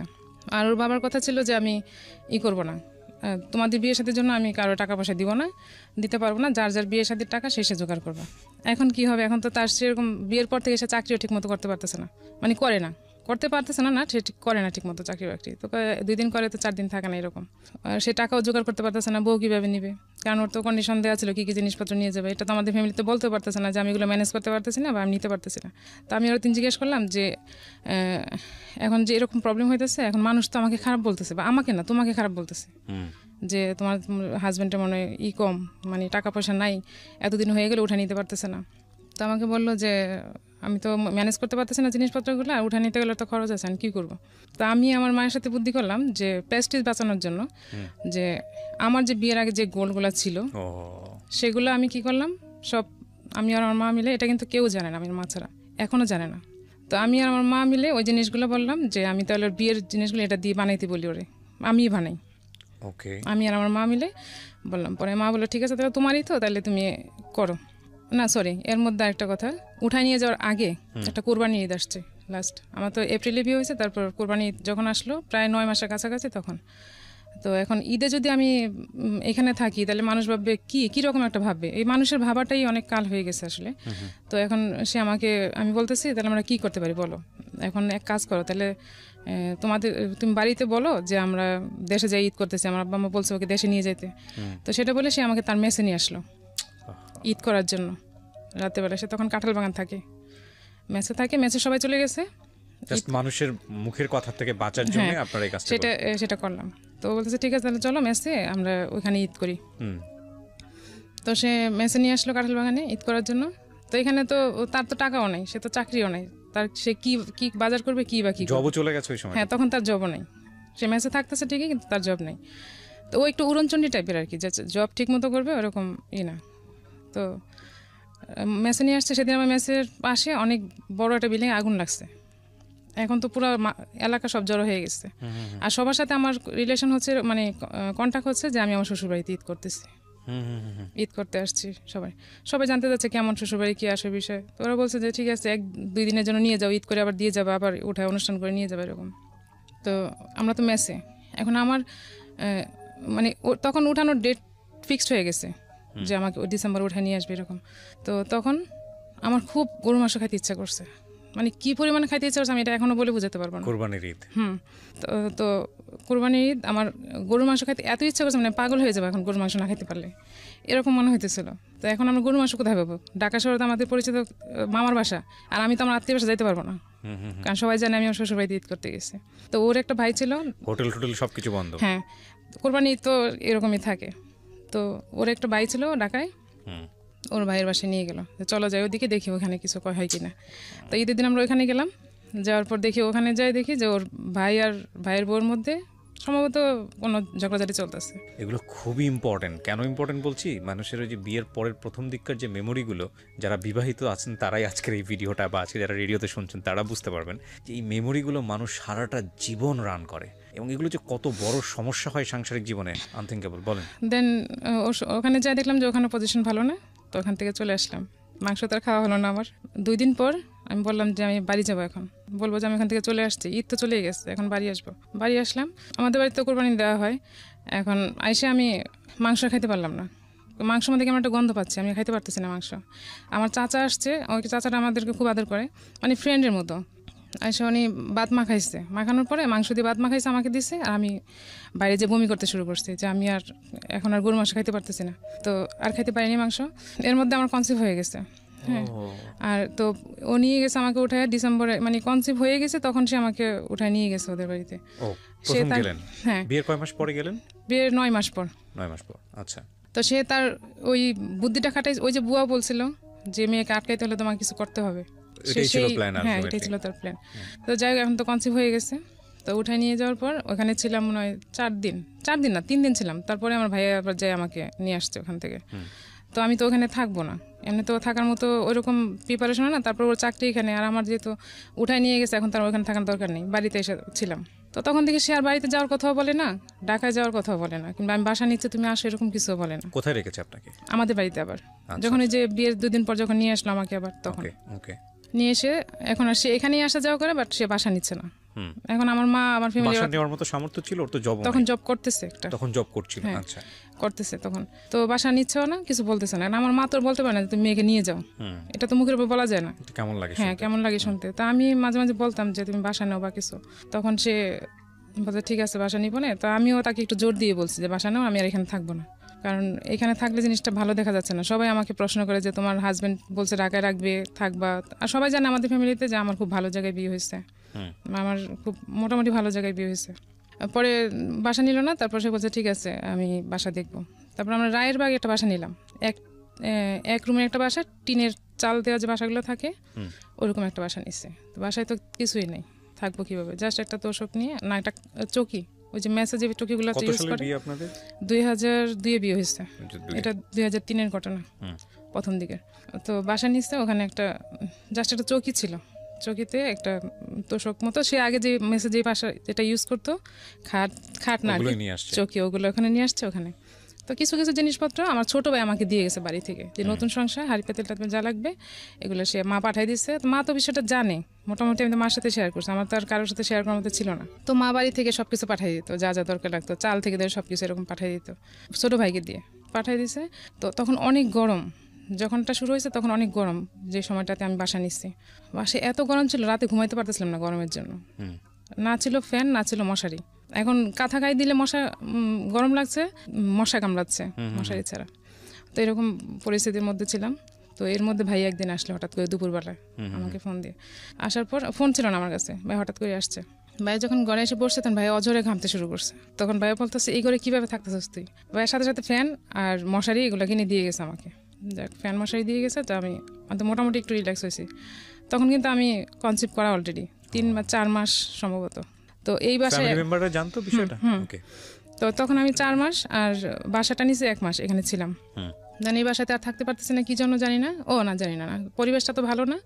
আর যে ঘটক ছিল, যে ওনার এক ভাই ছিল সেই এলাকাতেই কাছাকাছি, তো ওনার আবার ফ্ল্যাট বাসা ছিল, তো উনি 1 রুম সাবলেট দিছে আমাদেরকে। তো ওখানে আবার 1 মাস বাসায় ছিলাম। তো ওখান থেকে সে জব করে, আমি আপনার লেখাপড়া বন্ধ হয়ে গেছে? হ্যাঁ, তখন তো আমার লেখাপড়া বন্ধ হয়ে গেছে অলরেডি। বাসায় যখন সে আমাকে রেখে অফিসে যায়, আমি সারাদিন ঘুমাই, তখন আমি শুধু ঘুমাইতাম, আর ও রাতে আসার আগে রান্না করতাম, খাইতাম এই। তারপর একদিন হঠাৎ করে তার ট্রাঙ্ক থাকে না মেসের বাসায়, এরকম ট্রাঙ্ক ছিল একটা, ট্রাঙ্কের মধ্যে তার সার্টিফিকেট দেখতে পেলাম আমি। আর তার মধ্যে আবার তার বোন যখন আমাদের বাসায় ছিল, তখন আমি ওকে বলছিলাম একদিন, ওই যে আমার ভাই বলছিল যে ও লেখাপড়া কতটুকু জানে না, তখন আমি আমার ভিতরে হলো যে একটা লোক লেখাপড়া কতটুকু করে তো এলাকার লোক জানার কথা, এলাকার লোক না যে তার চাচা আইডিয়া তো থাকবে। তখন ওর বোনকে জিজ্ঞেস করেছিলাম তোর ভাই লেখাপড়া কতটুকু করছিল, তো বলছে ভাইয়া তুমি ম্যাট্রিক পাস করছে এখান থেকে, আর ঢাকায় যে লেখাপড়া করছে কিনা আমি জানি না। তাহলে জিনিসটা তো পুরোই ডাউট মনে হয়েছে। তো আমি তার সার্টিফিকেট যেগুলো দেখলাম, তার ওটুক সার্টিফিকেটই দেখছি, এসএসসি, আর বাকিগুলো দেখছি শুধু ফটোকপি। আপনি ইন্টারমিডিয়েট পাস করে বিয়ে করেছেন? হ্যাঁ, আমার ইন্টারমিডিয়েট না, আমি পাস করতে পারিনি তখন, মানে আপনি পরীক্ষা দিচ্ছিলেন এরকম পরীক্ষা, হ্যাঁ এমন মোমেন্টে পরীক্ষা হয়েছে। তো আমি সার্টিফিকেট যেগুলো দেখলাম একটাই শুধু অরিজিনাল সার্টিফিকেট দেখলাম, আর বাকিগুলো শুধু ফটোকপি করা দেখলাম ওগুলো, আর বাকিগুলো দেখিনি। তাই আমি একদিন জিজ্ঞেস করলাম যে তোমার সার্টিফিকেট একটা, বাকিগুলো কোথায়? পরে বলতেছে আছে। আমি বলতে তুমি আমার সাথে মিথ্যা কথা বলছো, তোমার সার্টিফিকেট নাই। সেই জিনিসটাকে হাসি উড়াই দিল। তা আমি ভাইকে বলছি, ফ্যামিলিতে বলছি যে ওইরকম লেখাপড়া করে নাই, কিন্তু বলছি লেখাপড়া করছে। পরে ভাই বলছে না আমি তো ওর সার্টিফিকেট দেখছি, ওই যে ফটোকপি দেখছি, ভাই তো আর জানে না যে এগুলা ভুয়া হইতে পারে। আমাদের তো এরকম টেন্ডেন্সি ছিল না যে ভুয়া জিনিস দিয়ে এরকম কিছু করতে পারে বা কিছু। তো ওগুলো ওরা বলছে যে না আমি দেখছি, ওর কাছে চাকরির জন্য অ্যাপ্লাই করছে, ওগুলো তো দেখছি। তো ওইটা আমার সাথে স্বীকার করলো না। তো এখন আর কি বলবো, এখন বেশি ছড়াইতে গেলে জিনিসটা আমার উপরই আসতেছে, কারণ আমার হাজবেন্ড, তারপর আমার এদিকে আমার বাচ্চা হবে অলরেডি। এগুলো তো আমি কারোর সাথে বলে আমার প্রেস্টিজে লাগতেছে। এখন আমিও চুপ হয়ে গেলাম, আমি আর কিছু বলছি না। তো জব করতেছে করুক। তো ওখানে 1 মাস ছিলাম, থাকার পরে আবার ভাইয়া বলতেছে তোদের এত প্রবলেম, তো ঠিক আছে আমি তো ঢাকায় বাসা নিব, আমি ঢাকায় থাকি, তুই এক কাজ কর আমাদের সাথে থাক দুজনেই, আর বাসা ভাড়াটা যা লাগে আমি দেবো, ওকে বল চাকরি করে যা করবে সব যেন ও এখন জমায় নিতে পারে, এখন তোদের কোনো খরচ লাগবে না, আমি থাকবো যেহেতু আমার সাথে থাকবে। তো ভাই একটা বাসা নিল, ওই বাসায় আমরা উঠলাম। তো ওই 2 মাস ছিলাম ওর সাথে বাইরের বাসায়। তারপরে এই বাসায় আসলাম, আসার পর ও চাকরি আবার চলে গেছে, ও শুধু ঘুরতেছে খাইতেছে, কারণ ভাইয়া সব করতেছে। ভাই প্রতিদিন বাজার টাজার যায়, এভরিথিং যা লাগে খুব অড লাগে না দেখতে, বিষয়টা লাগে না, খারাপ সেটাই। লাগে কিন্তু এখন সে সব করতেছে। তাকে আমি বলেছি আমি জব করো, চেষ্টা করবো কিছু, ও চেষ্টা তো করতেছে, না হলে কি করবো, কারণ ও হচ্ছে গা ছেড়ে দিয়ে চলা আর কি এরকম। তো এর মধ্যে যখন আমার 8 মাস বেবি হবে, তখন হঠাৎ করে একদিন উধাও হয়ে গেছে। আমার ভাইয়ার যে ড্রয়ার ছিল টাকা রাখার, সেখান থেকে টাকা নিয়ে সে চলে গেছে। কোথায় গেছে তার কোনো খবর নেই, কারণ তখন তো মোবাইল ছিল না, আর সে কারোর সাথে যোগাযোগ করে না। যাওয়ার পর আমি এতটাই মেন্টালি অসুস্থ হয়ে গেছিলাম যে আমি এখন কি করব, মানে কাকে বলবো, কি করব। ভাইয়া ছিল, ভাইয়াকে বলছি, ভাইয়া তো জানি যে ভাইয়ের কাছে এরকম গেছে। তখন ওরে খুঁজে পাওয়ার তো কোনো ওয়ে নেই, যে কোথায় খুঁজে পাবো কিছু। তো ওদের বাড়িতে জানানো হলো ওকে খুঁজে পাওয়া যাচ্ছে না, ওকে বাড়ি গেছে কিনা কি আসলে, না ওখানেও যায়নি। সে আমাদের সাথে কারোর সাথে যোগাযোগ করছে না। আমি অজরে কান্নাকাটি করতেছিলাম যে আমি এরকম কখনোই দেখিও নাই, শুনিও নাই কোনো দিন। আর আমার এরকম পরিস্থিতি, সে কীভাবে এরকম একটা কাজ করলো, সে কি মরে গেল, তাকে কেউ নিয়ে মেরে ফেললো, মানে এইসব চিন্তা ভাবনার ভিতরে, যে সে নিজে থেকে পালাই গেছে কিংবা সে ইচ্ছা করে যোগাযোগ করতেছে না, এটা আমার ভিতরে, হ্যাঁ এটা আমার ভিতরে কাজ করতেছে না, করতেছে যে সে তাকে কোনো বিপদে পড়লো কিনা, কিছু হইলো কিনা, আমি এখন কি করব, এরকম অজরে কান্নাকাটি করতেছি। প্রায় 15 দিন পর, মেবি 15 দিন না 12 দিন পর সে যোগাযোগ করলো। যোগাযোগ করে সে, তখন তো তাকে পাওয়াটা হয়েছে আমাদের কাছে সবচেয়ে বড় ইস্যু, যে তাকে খুঁজে পাওয়া গেছে এটা। সে আসলো বাসায়, তো ভাইয়া তার সাথে রাগ করে কথা বললো না। তো আমি জিজ্ঞেস করলাম কই গেছিলাম, কী করছো? পরে বলে যে চাকরি খুঁজতেছিলাম, চাকরি খুঁজতেছে এই সেই, মানে কিছু বললে সেটাকে এড়াই যেত। তো এটা তো আমাকে না বললে আমি জানবো না সে কোথায় গেছিল, কী করতেছিল। তো গেলো, ফার্স্ট টাইম এটা গেল। তারপর আমার মেয়ে হলো, সিজারও হলো মেয়ে। তারপর মেয়ে হওয়ার পরে তখন তো তার কাছে কোনো টাকা পয়সা নেই, চাকরিও নেই, সব কিছু আমার ভাইয়া করলো আর মামা করলো, মানে হসপিটাল যত খরচ আসছে এভরিথিং সব কিছু করলো। ইভেন তাকে গাড়ি ভাড়া পর্যন্ত আমরা ফ্যামিলি থেকে দেওয়া হয়েছে। তো সব কিছু করার পর ওদের ফ্যামিলি থেকে যেদিন আমি হসপিটালে ভর্তি হব, সেদিন আমি ওর ফ্যামিলিতে সবাইকে বলছি যে আমার জন্য দোয়া করতে, কিংবা কী হবে আমি তো জানি না, কী হইতে পারে না হইতে পারে। ওরকম মোমেন্টে আমি দোয়া নেওয়ার জন্য সবাইকে ফোন দিছি। ফোন দেওয়ার পর ঠিক আছে যাও, কথাবার্তা হয়েছে। কিন্তু হসপিটালে থাকা অবস্থায় আমি যে কয়েকদিন ছিলাম, একটা লোক আমাকে একটা ফোন দেয়নি যে তুমি কেমন আছো, কী আসো এই বিষয়, বা বাচ্চা কেমন আছে, তোমার শরীর কেমন আছে, কেউ না। ওর সাথে কথা হয়েছে হয়তো বা, আমি জানি না, ও ফোন দিলে হয়তো কথা হয়েছে, বলে যে কথা হয়েছে, জানাইছি বাড়িতে। তো যা কথা হয়েছে, এখন ওরা আর আসে না কেউ দেখতে, যে মেয়ে হয়েছে নাতিন হয়েছে যাই দেখতে যাই। তো আমার কাছে মনে মনে ভাবছি যে আমার শ্বশুর মেয়ে পছন্দ করে না, সম্ভবত ওর মেয়ে হয়েছে দেখে সে খুশি না, সেজন্য বোধহয় আসে না। তো আমি বাসায় আসার পর বললাম যে ওনারা কেন আসে না, সবাই তো প্রশ্ন করে যে দাদা দাদি কেন আসতেছে না দেখার জন্য। তো বলতেছে বাড়িতে ঝামেলা, থাকার লোক নাই, কিছু না, এখন ওরা তো গরু টরু পালে, এই জন্য আসতেছে না। আচ্ছা আসবে না পরে। তো এরকম করতে করতে ওর দাদি আসলো, মানে আমার শাশুড়ি আসলো সম্ভবত 3 মাস পর, এরকমই হবে, 2.5-3 মাস পর, আমার ঠিক মনে নেই। আসার পর উনি ছিল আমাদের বাসায়, তখনও সে আমাদের বাসা থেকে থাকতেছে। এর মধ্যে সে আবার একদিন পালাই গেছে, ওর মা থাকা অবস্থায় আবার চলে গেছে কোথায়। এখন আমার শাশুড়িও কাঁদে, আমিও কাঁদি, মানে একই অবস্থা। শাশুড়ি বলতেছে আমি তো আগে ভাবতাম যে হয়তো তোমার সাথে ঝগড়া টগড়া করে গেছে বা কিছু হয়েছে আগে যখন গেছে, কিন্তু এখন তো দেখলাম সে ভালো মানুষ, ঘর থেকে গেল, এখন কেন এরকম করতেছে, কী জন্য গেল, কোথায় গেল, কোনো খোঁজ খবর পাওয়া যাচ্ছে না। মানে আমি তাহলে এক কাজ করি, বাড়ি যাই আমি কবিরাজ টবিরাজ দেখি যে ও কোথায় আছে, কিছু পাওয়া যায় কিনা, মানে হঠাৎ করে হারিয়ে যাচ্ছে। হ্যাঁ এরকম যায়। তো এই যে কান্নাকাটি করি, খুঁজে পাওয়া যাচ্ছে না, ফোন টোন নাই। তো এর মধ্যে আবার সে একজনকে বলল যে ফোন দিয়ে বলল যে আমার সাথে কন্ট্যাক্ট করার জন্য, যাতে আমি তাকে খুঁজে নিয়ে আসি, তার একটা পাওয়ার থাকবে যে আমি তাকে খুঁজে নিয়ে আসছি।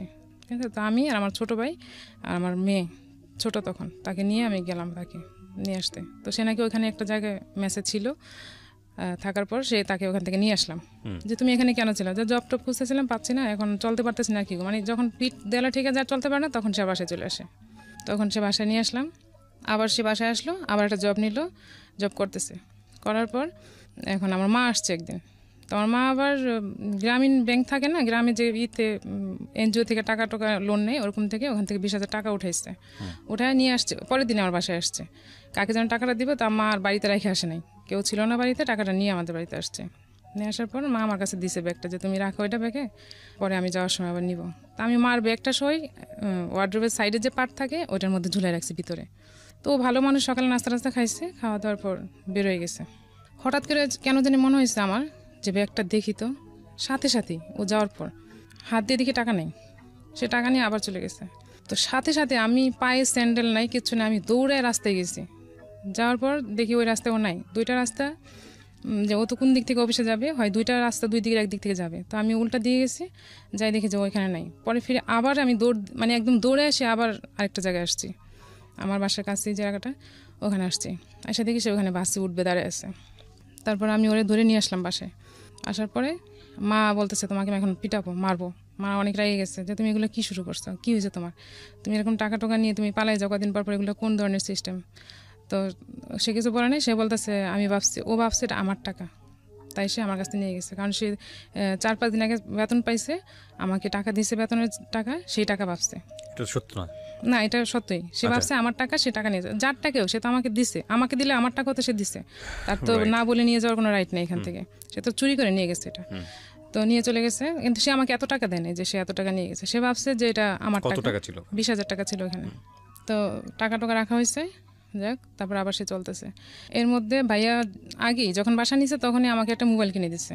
আমি লজ্জাজনক না যে শাশুড়ির ইয়ে থেকে সে টাকা চুরি করে? সেটা লজ্জাজনক, ভয়ঙ্কর লজ্জাজনক। আপনি দেখেন এখানে গল্পগুলো ভাবে বলা হচ্ছে, যে গল্পগুলো পুরো জীবনের গল্প, এখানে প্রায় এক যুগের সংসারের গল্প, বা যাই বলি না কেন, এখানে খুব ছোট ছোট করে আনা হচ্ছে।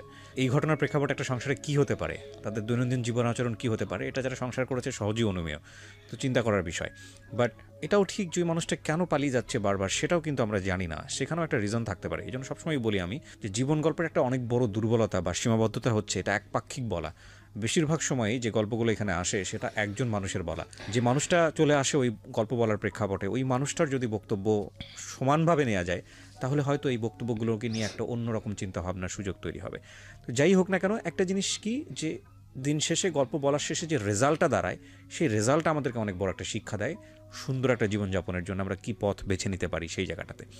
জি বলেন। তারপর তো এরকম 3 বার যাওয়া হয়ে গেছে অলরেডি। জি। তো যাওয়ার পর যখন সে লাস্ট টাইম আসলো, তাকে আমি বারবার প্রশ্ন করতাম যে তুমি কোথায় যাও, কি জন্য যাও। তো সে বলে যে আমি নিজেও জানি না কেন যাই, কি করি, কোথায় যায়, সে আমাকে এক্স্যাক্টলি বলে না সে আসলে কোথায় যায়, কি করে।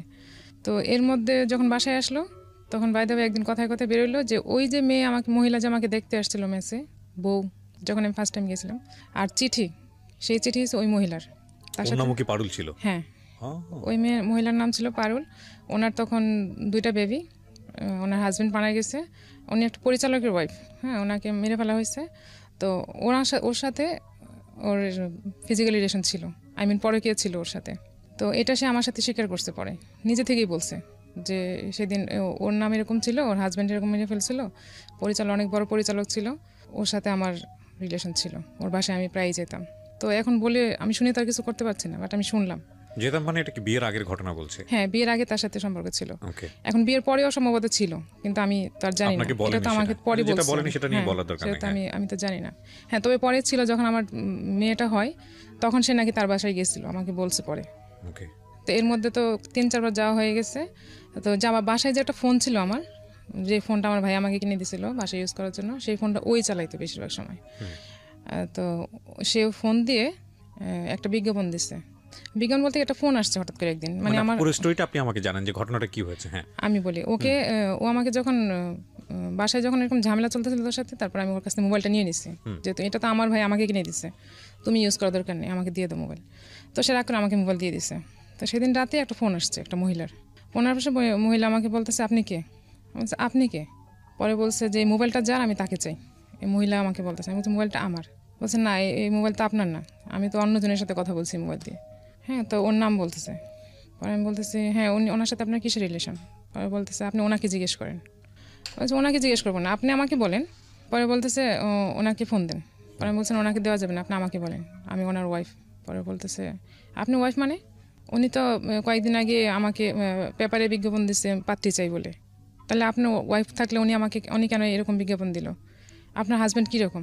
পরে আমি বলছি আমি তো এ ব্যাপারে জানি না যে ও কেন দিচ্ছে বা কী আসে বিষয়, আপনি কি ওনার সাথে কথা বলেন? তো হ্যাঁ উনি তো আমাকে বলছে উনি বিয়ে করবে। তো আমি বলছি আচ্ছা ঠিক আছে, আমি তো জানি না, তো আমি যখন ফোন দিবে তখন আপনি আমাকে কথাগুলো বলবেন। আচ্ছা ঠিক আছে, আপনি কিভাবে এই লোকের সাথে সংসার করতেছেন যে এই লোক আপনার সাথে এত বড় প্রতারণা করতেছে? তো আমি এটা নিয়ে বাসায় একটু ঝগড়াঝাটি করছি। ঝগড়া বলতে আমি ওরা জিজ্ঞেস করছি যে কে? তো বলে যে না তুমি ভুল শুনছো, অন্য কিছু বা কিছু, আমি এরকম কিছু বলিনি, ভুল হয়তো হয়েছে। তো আমি মহিলাকে ফোন দিই, তো মহিলার ফোন টোন ধরেনি, সম্ভবত এর মধ্যে কথা হয়ে গেছে মহিলার সাথে যে তুমি আর ফোন দিও না। ও বলছে যে আমার ভাবি, ওটা ও বলছে মহিলাকে যে আমার ভাবি ফোন দিয়েছে তোমার সাথে দুষ্টামি করে এরকম বলছে। আচ্ছা আচ্ছা। তো মহিলা বিশ্বাস করছে ঠিক আছে ভাবি মনে ফাজলামি করছে বা কিছু। তো এই ব্যাপারটা আমি আর পরে কিছু জানতে পারিনি। তো আমি যখন ভালো করে দোষে তখন বলছে যে না আমি এমনি দুষ্টামি করছি, আসলে সেরকম কিছুই না। তো আমি ফোনটা তো তখন টোটালি নিয়ে নিছি ওর কাছ থেকে। নিয়ে আনার পরে আমি আর তার কোনো কিছু এর মধ্যে জানতে পারলাম না। তো এর মধ্যে সে আরও কয়েকবার এরকম গেছে। তো যাওয়ার পরে এখন কি করব কিছুই বুঝতে পারতেছি না যে আমি এখন কি করা উচিত। না কিন্তু তখন তো আপনার সন্দেহ তীব্র হওয়ার কথা যে হ্যাঁ সন্দেহ তো হয়েছে, পুরা কেস আপনি জেনে গেছেন, আগে একটা স্টোরি ছিল, এর মধ্যে পাত্রী চাই নামে একটা ঘটনা ঘটলো। এখন তো এরপরে যখন এই ধরনের হঠাৎ করে উধাও হয়ে যেত, নিশ্চয়ই বাড়ি ফেরার পরে খুব শান্ত পরিবেশ থাকতো না? হ্যাঁ না থাকতো না। ঝগড়াঝাটি করতেন? হ্যাঁ ঝগড়াঝাটি বলতে ওরকম কি তাকে আমি জিজ্ঞেস করতাম, কথা বলতাম না, কিংবা তার সাথে আমি মারামারি তর করতে যাইতাম না, জাস্ট আমি জিজ্ঞেস করতাম যে কেন তুমি আমার সাথে। তার সাথে আমার বিহেভটাও তো ভালো ছিল না তখন, আর তার প্রতি আমার রেসপেক্ট একদমই উঠে গেছে তখন, যে সে কন্টিনিউ আমার সাথে এরকম করতেছে। আর আমি বারবার সে এসে মাপ চাচ্ছে যে না আমি নেক্সট টাইম আর করবো না, এইবারই শেষ, আর করবো না, যা হয়ে গেছে মাফ করে দাও, এরকম বলতো। তো আমিও সরমনে মাফ করে দিতাম যে না আর বোধহয় এরকম করবে না। এরকম করতে করতে 12 বার হয়ে গেছে অলরেডি 8 বছরের মধ্যে, তাকে আমি খুঁজে পাইতাম না। তো এর মধ্যে বড় ভাই বিয়ে করে ফেলছে, আলাদা বাসা নিয়ে চলে গেছে, আমিও আলাদা বাসা নিচ্ছি আলাদা করে। তখন সে 2006-এ খুব ভালো একটা জব হয়েছে, গুলশানি অফিস ছিল, ওখানে জব করতেছে, অবস্থা ভালো স্যালারি ছিল, সব কিছু ভালো ছিল। তখন এর মধ্যে আবার আরেকটা মেয়ের সাথে এইভাবেই পাত্রী চাই বলেই আরেকটা মেয়ের সাথে রিলেশন হয়ে গেছে অলরেডি। এটা আমার কান পর্যন্ত আসেনি যে ওটার সাথে সে কন্টিনিউ করতেছে। তো একদিন শবে বরাতের পরের দিন সকালবেলা আমাকে বলতেছে আমি একটু বাইরে যাব, বাইরে দাওয়াত আছে আজকে এক জায়গায়। তো খুব ভোরে শবে বরাতে সবাই তো রেস্টে থাকে, অফিস সব কিছু বন্ধ, আর সবাই তো নামাজের পরের দিন ঘুমায়, তোমাকে এত সকালে কে দাওয়াত দিল? পরে বলতেছে তোমার সন্দেহ হইলে তুমি মেয়েকে বলতেছে আমার মেয়েকে ওকেও সাথে দাও, আমি ওকে সাথে করে নিয়ে যাচ্ছি। পরে আমি বলছি না ও যাবে না। বলছে তাহলে দাও, আমি নারায়ণগঞ্জ থেকে ঘুরে আসি, মানে আমাদের বাড়িতে যাবে, ওকে নিয়ে ওইখান থেকে ঘুরে আসি। পরে আমি বলছি না তোমার এত সকালে কই যে আমাকে বলতে হবে কার বাসায় যাবে তুমি, কে তোমার দাওয়াত দিছে? তো সে আমাকে বলতেছে না এটা না কেউ দাওয়াত দিছিল, যাবো না তুমি দাও। তো এর মধ্যে সে শাওয়ারে গেছে, যাওয়ার পর আমি ওর ফোন আসছে একটা, ফোন আসার পরে আমি ফোনটা রিসিভ করে কথা বলিনি, চুপ করে আসছি। চুপ করে আসার পর দেখে একটা মেয়ে কথা বলতেছে, হ্যালো তুমি কখন বেরোবা, এরকম বলতেছিল। তখন তো আমার সন্দেহ আরও বেড়ে গেছে যে মেয়ে মানুষ সাথে সকালে ফোন দিয়ে ওকে যেহেতু বলছে তাহলে তো অবশ্যই সে কোথাও ডেটিংয়ে যাবে, আমি সন্দেহ করবো দেখে মেয়েকে সাথে নিতে চাইছে। তো আমি আর দেইনি ওকে। তো আমি এটা নিয়ে ভালো করে ধরছি যে আমি এখন ফোন দিব, তুমি কথা বলবা, কি বলে আমি শুনবো, তাইলে বুঝতে পারবো যে তুমি আসলে কিছু করতেছো না। তখন যখন ফোন দিছে তখন মেয়েটা ওরে বলতেছিল যে আমি তো বের হয়েছি, তুমি কখন বেরোবা, কখন আসবে মিট করতে। কারণ সে তো বাধ্য হয়েছে আমার কথা শুনে যে কি হতে পারে এরপরে বাসার মধ্যে চিন্তা করে দেখেন। তখন তো আমার বাসায় মোটামুটি ঝগড়া চলতেছে, আমি বাসা থেকে বের হয়ে গেছি। আমি জীবনে কোনোদিন এত কাহিনী হয়েছে আমি বাসা থেকে কখনো বের হইনি। কারণ সে আমাকে বলছিল প্রথম দিন বলতে মানে বিয়ের পর সে আমাকে বলছিল যে বিয়ের আগে কি হয়েছে না হয়েছে আমি কিছু জানতে চাইবো না কোনোদিন, কিন্তু বিয়ের পরে যেন কেমন কিছু না থাকে, আর ঝগড়া করে কখনো বাসা থেকে বের হতে পারবে না। তা আমার ফ্যামিলি তো কখনো আমাকে সাপোর্ট দিবে না যে ঝগড়া করে বাসা থেকে বের হয়ে যাব, আমার ফ্যামিলি আমাকে সাপোর্ট দিবে না কখনোই, এটা আমি জানি। তো আমি সেদিন মিরপুর ছিলাম তখন বাসায়, ওখান থেকে আমার মামি আছে একটা ওখানে থাকে, ওনার বাসায় চলে গেছিলাম রাগ করে, মেয়েকে রেখে চলে গেছিলাম। তো সে আর সারাদিন আমাকে ফোন দেয় নাই, ইভেন সে আমাকে খোঁজ নিতেও যায় না যে আমি আসলে কোথায় গেলাম, একটা ফোনও আসে না। সারাদিন অপেক্ষা করার পর আমি মামাতে বোনকে বললাম তুই একটু ফোন দিয়ে জিজ্ঞেস কর যে আপু কোথায় আসছে। তো সে বুঝে গেছে যে আমি ওখানেই আছি। তো সে উল্টা ওকে বলে দিছে যে আমি এখন মেয়েকে নিয়ে জিনাইদে চলে যাব, ওরে ওখানে রেখে এসে আমি যা করার করব। মানে সে আমাকে ভয় দেখাচ্ছে মেয়ে, মানে এটা আমার দুর্বল পয়েন্ট, সে খুব ভালো করে জানে। তো সে মেয়েকে দূরে নিয়ে চলে যাবে, তাহলে তো আমার সাথে দেখা হবে না, কারণ মেয়েকে ছাড়া থাকতে হবে। তো আমি আবার রাতে একাই চলে আসছি বাসায়, এসে আমি আর ওর সাথে কথাটা তো বলিনি, ওরকমই চলতেছে, শান্ত পরিবেশ, ওর সাথে কোনো ওরকমই হইতেছে না।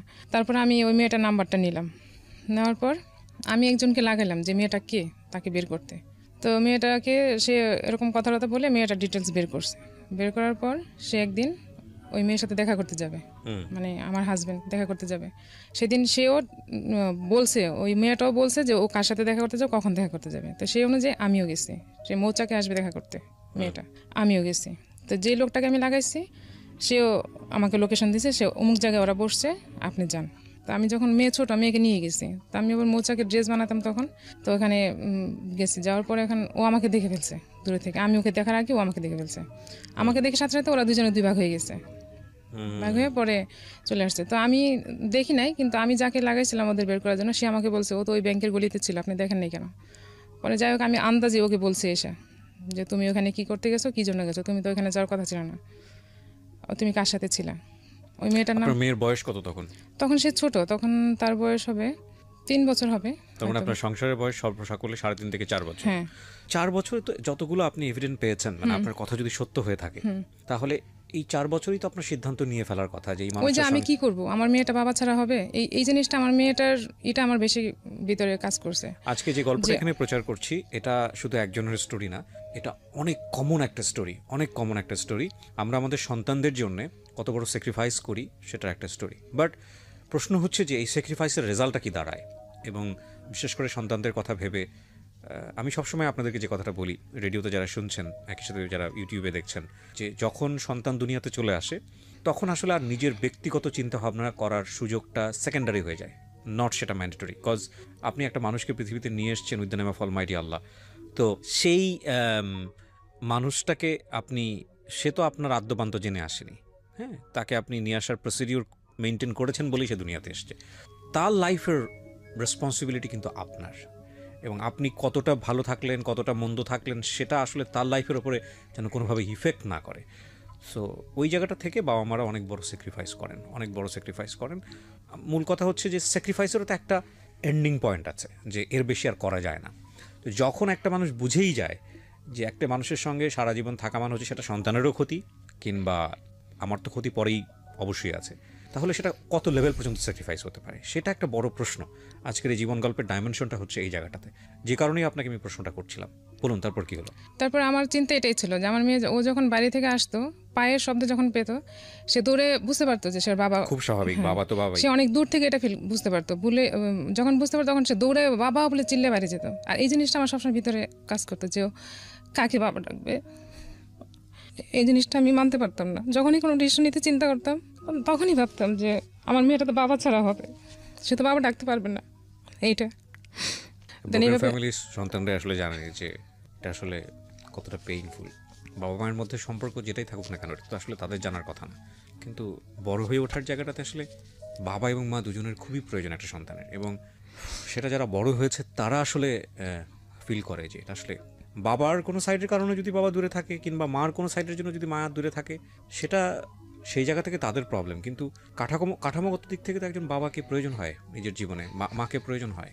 ছোটোবেলাটা বলি, বড়োবেলাটা বলি, যেটাই বলি না কেন, সেই জায়গায় যে মিসিং, প্রতিনিয়ত যে মিসিং। কোনো সন্তানের হয়তো বাবার প্রতি ভয়ঙ্কর ক্ষোভ থাকতে পারে, কোনো সন্তানের হয়তো মায়ের প্রতি ভয়ঙ্কর রকমের ক্ষোভ থাকতে পারে, কিন্তু ওই জায়গাটা তো ব্ল্যাঙ্ক। ওই ব্ল্যাঙ্ক জায়গাটা যে কত কষ্টকর, এটা যে বড় হয়েছে সেই হয়তো বা জানে।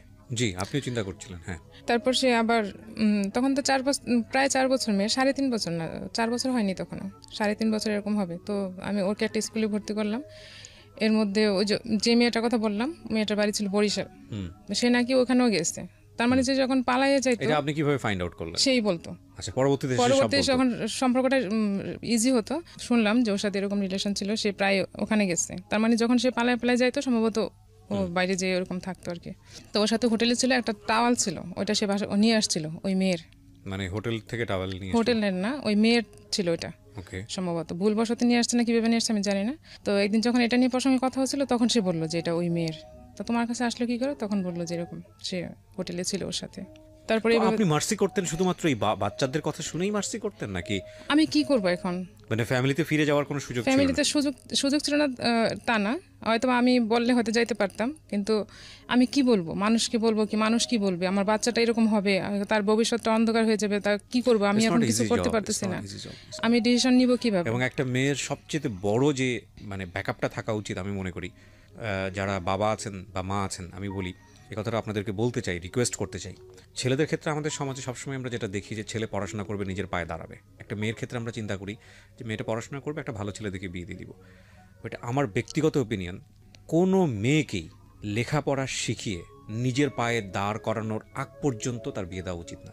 এটা আমার ব্যক্তিগত ওপিনিয়ন, আমি বলছি না যেটা আপনাকে মানতে হবে। আমি যত গল্প শুনেছি জীবন গল্পে, আমার কাছে মনে হয়েছে এই একটা জায়গায় যদি একটা মেয়ের মানে সাপোর্ট থাকতো, যে সে অর্থনৈতিকভাবে স্বাধীন, অর্থনৈতিকভাবে সে নিজের পায়ে দাঁড়াতে পেরেছে, তাহলে অনেকখানি সাপোর্ট, তার যৌক্তিক সাপোর্ট যেটা আমি বলি, অনেকখানি যৌক্তিক ডিসিশন নেওয়ার সুযোগ তার হয়। আনফর্চুনেটলি আমাদের সমাজের অধিকাংশ মেয়েরা এই একটা জায়গার কারণে সিদ্ধান্ত নিতে পারে না। কারণ সে তার সন্তান মানুষ করবে কিভাবে? সে যে ফ্যামিলিতে ফিরে যাবে, কারোর ওপর তো বোঝা হবে না। আছে লেখাপড়া, বিয়ের সঙ্গে সঙ্গে লেখাপড়াও তো বন্ধ হয়ে গেছে। এবং এটা যে কত ভয়ঙ্করতম স্যাক্রিফাইস, কত ভয়ঙ্করতম যুদ্ধ প্রত্যেকটা মোমেন্টে সংসারের মধ্যে। যে মানুষটাকে আমি পছন্দ করি না, থাকতেই পারে, এমন হতে পারে ওনার হাজব্যান্ডের জায়গা থেকে ওনার প্রতি 100টা কমপ্লেন আছে, বাট প্রবলেম যে দুজনের জায়গা থেকেই ছিল, এটা তো সত্য। দেখেন, একটা মানুষকে আপনি পছন্দ করেন না, তারপরও ঘন্টার পর ঘন্টা, মাসের পর মাস ওই মানুষের সঙ্গে থাকতে হচ্ছে, আপনাকে থাকতে বাধ্য করা হচ্ছে, because of this and this is not life. Definitely this is not life. তারপর কি হলো? তারপর যখন ওই মেয়ের সাথে সম্পর্কটা অনেক ডিপলি চলে গেছে, তখন এটা নিয়ে আমার ফ্যামিলিতে মানে ওর সাথে আমার অনেক ঝগড়া হচ্ছিল তখন, মানে খুবই খারাপ অবস্থা চলে আসছে তখন, যে আর তো সহ্য করা যাচ্ছে না, তুমি এরকম করতেছো, এটা আমি আর নিতে পারতেছি না। তখন সে আবার আমাকে ব্যস্ত রাখার জন্য, আর সে আবার আগের অবলম্বন, মানে আবার আমি কনসেপ্ট করলাম, আমার ছেলে আসলো পেটে, আমি বুঝতে পারিনি আসলে। মানে আপনি যখন একটা সিদ্ধান্ত নেবেন তখন আপনাকে ধরে রাখার জন্য, তখন সে আবার সে আমাকে পরে বলতো যে আসলে তোমাকে ব্যস্ত রাখতে চাইছি যাতে আমার দিকে নজর দিতে না পারো, এরকম বলতো। তো যাই হোক, ছেলে কনসেপ্ট করার সাথে সাথে আবার সে তারও একটা ভালো জব হলো তখন, একদম সেই মাসেই তার একটা ভালো জব হয়েছে, একটা ফরেন বাইংয়ে জব করতো তখন, অফিস থেকে গাড়িটাই সব কিছু দেওয়া হয়েছে, তার এক্সপিরিয়েন্সের উপর তার জবটা হয়ে গেছে। তো ওখানে ভালো চলতেছিল, খুবই ভালো ছিল তখন 2 বছর, কিন্তু ওই মেয়েটার সাথে কন্টিনিউ ছিল তার। আমি হয়তো কখনো জানতাম না, বুঝতে পারিনি, কিন্তু আমি তখন তো ব্যস্ত, সন্দেহ করতেন, তীব্র সন্দেহ করতেন। সন্দেহ তার ভিতরে ছিল, কিন্তু যখন একটা পর্যায়ে সে মোটামুটি জব করতেছে, সবকিছু করতেছে, তখন আমার এত সন্দেহ ছিল না তার প্রতি। মানে আমি তাকে বিলিভ করতাম এইভাবে যে না, সে ভুল করছে, ক্ষমা চাইছে, বাস সে ঠিক হয়ে গেছে, এরকম করে আমার সবগুলোই ভুল হয়েছে তার। তো তখন আমার 2টা বাচ্চা, আমি 2টা বাচ্চা নিয়ে ব্যস্ত, তখন সে আবার অফিস থেকে ভালো সাপোর্ট ভালো হচ্ছিল, সব কিছু ভালো, তখন সে গাড়ি কিনলো একটা অফিসে, গাড়ি কিনে গাড়ি ভাড়া দিল, যে ওর অফিসের গাড়ি দিয়ে আমরা চলাফেরা করি, আর ছুটির দিন আমাদের গাড়ি আমাদের থাকে, আর এমনিতে ভাড়া দিয়ে রাখছি। অর্থনৈতিক অবস্থা তো ভালোই ছিল, আমার আর কোনো টেনশন হচ্ছিল না। মেয়ে স্কুলে ভর্তি হলো তখন, ছোট প্লেতে ভর্তি হয়েছে কেবল, আর ছেলেটা অত মাত্র হাঁটেও না তখন, ছোট। এর মধ্যে একদিন হঠাৎ করে সে কী প্রিপারেশন নিচ্ছে আমি জানি না, বাসা চেঞ্জ করতে বললো। বাসা চেঞ্জ করে পাশেই একটা বাসা নিলাম, তখন আমি রামপুরাতে ছিলাম, পাশে একটা বাসা নিলাম। তো বাসা নেওয়ার পর তার ভাই ছিল ঢাকায় তখন, বড় ভাই, মানে আমার ভাসুর ঢাকায় ছিল। উনি দেখলাম হঠাৎ করে আমাকে মানে মাসের বাজার একসাথে করতেছে, সব বাজার টাজার করে নিয়ে আসছে। তো আমি বলতেছি এত বাজার একসাথে কেন? তো আমার হাজব্যান্ড বলতেছে আমি কয়দিনের জন্য অফিসে বাইরে যাব, বাজার টাজার করতে পারবো না, তাই তোমার সব বাজার একসাথে করে দিয়ে যাচ্ছে। ওকে, ঠিক আছে। তো সে কী করলো, তার যে বস অফিসের, তো সে ব্যাংকে তাকে চেক দিল ব্যাংক থেকে টাকা ওঠানোর জন্য। সম্ভবত এটা 14 লাখ টাকা হবে, মেবি না 9 লাখ টাকা, আমি ঠিক জানি না, অ্যাকচুয়াল টাকা কত জানি না, কিন্তু অফিস থেকে বলা হয়েছে 14 লাখ, আর ও বলছে 9 লাখ টাকা। ওকে চেক দিছে, সে গাড়িতে করে গেছে ব্যাংকে, যাওয়ার পর সে টাকা উঠায়, সে ওই ব্যাংকের ওই দরজাতে না বেরোয়, অন্য গেট দিয়ে বেরোয়, সে অন্য জায়গায় চলে গেছে। এটা আমি আর বুঝতে পারিনি যে সে এই ধরনের কাজ করতে সে যাচ্ছে, আর তার ভাই তাকে হেল্প করতেছে, বড় ভাই। সে পরে রাতে বাসায় আসে না, হঠাৎ করে আমি তাকে ফোন দিই, ফোন বন্ধ, যে তুমি কই, আমি কীভাবে খুঁজবো? তার অফিসে তো খুঁজবার কোনো ব্যবস্থা আমার কাছে নেই, ফোন নাম্বারটা আমার এরকম ছিল না। অফিসে একদিন গেছি আমি, বাট আমি ফোন নাম্বার আমার কাছে নেই।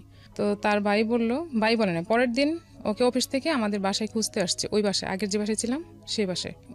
ভালো চলতেছে, সবাই জানে আমি গাড়িতে করে বাড়িতে যাই, খুব ভালো আছি, কিন্তু আমাকে দেখলে কেউ বিশ্বাস করতে চায় না যে আমি অনেক ভালো আছি, কারণ আমি তখন অনেক অন্যরকম হয়ে গেছিলাম, মানে খুব একদম শুকায় অনেক চিকন হয়ে গেছিলাম। মানে আমাকে দেখলে অনেকে বলতো যে তোমাকে দেখলে তো মনে হয় না হ্যাপি, মানে যারা আমাকে খুব পছন্দ করতো আর কি, তারা বলতো যে তুমি তো, তোমার দেখলে তো মনে হয় না তুমি অনেক হ্যাপি। পরে আমি আবার প্রতিবাদ করতাম এইভাবে যে মানুষের গায়ে মাংস থাকলে কি হ্যাপি হয়? যাই হোক চলতেছিল ভালো, তো টাকা সে তো মেরে চলে গেল। ওইখান থেকে মামলাও হয়েছে অফিস থেকে, তো অফিস থেকে লোক এসে তার বাসায় খুঁজে পায়নি, কারণ বাসা তো অলরেডি ছেড়ে দেওয়া হয়েছে। বাসা যে বাসা অ্যাড্রেস দেওয়া ছিল ওগুলো ছেড়ে দেওয়া হয়েছে বাসা। তার এরকম প্ল্যান ছিল বলেই বাসাটা ছাড়া হয়েছে সম্ভবত। অফিসের আমাদের যে গাড়িটা ছিল ওইটা ওই অফিসে ভাড়া দেওয়া ছিল।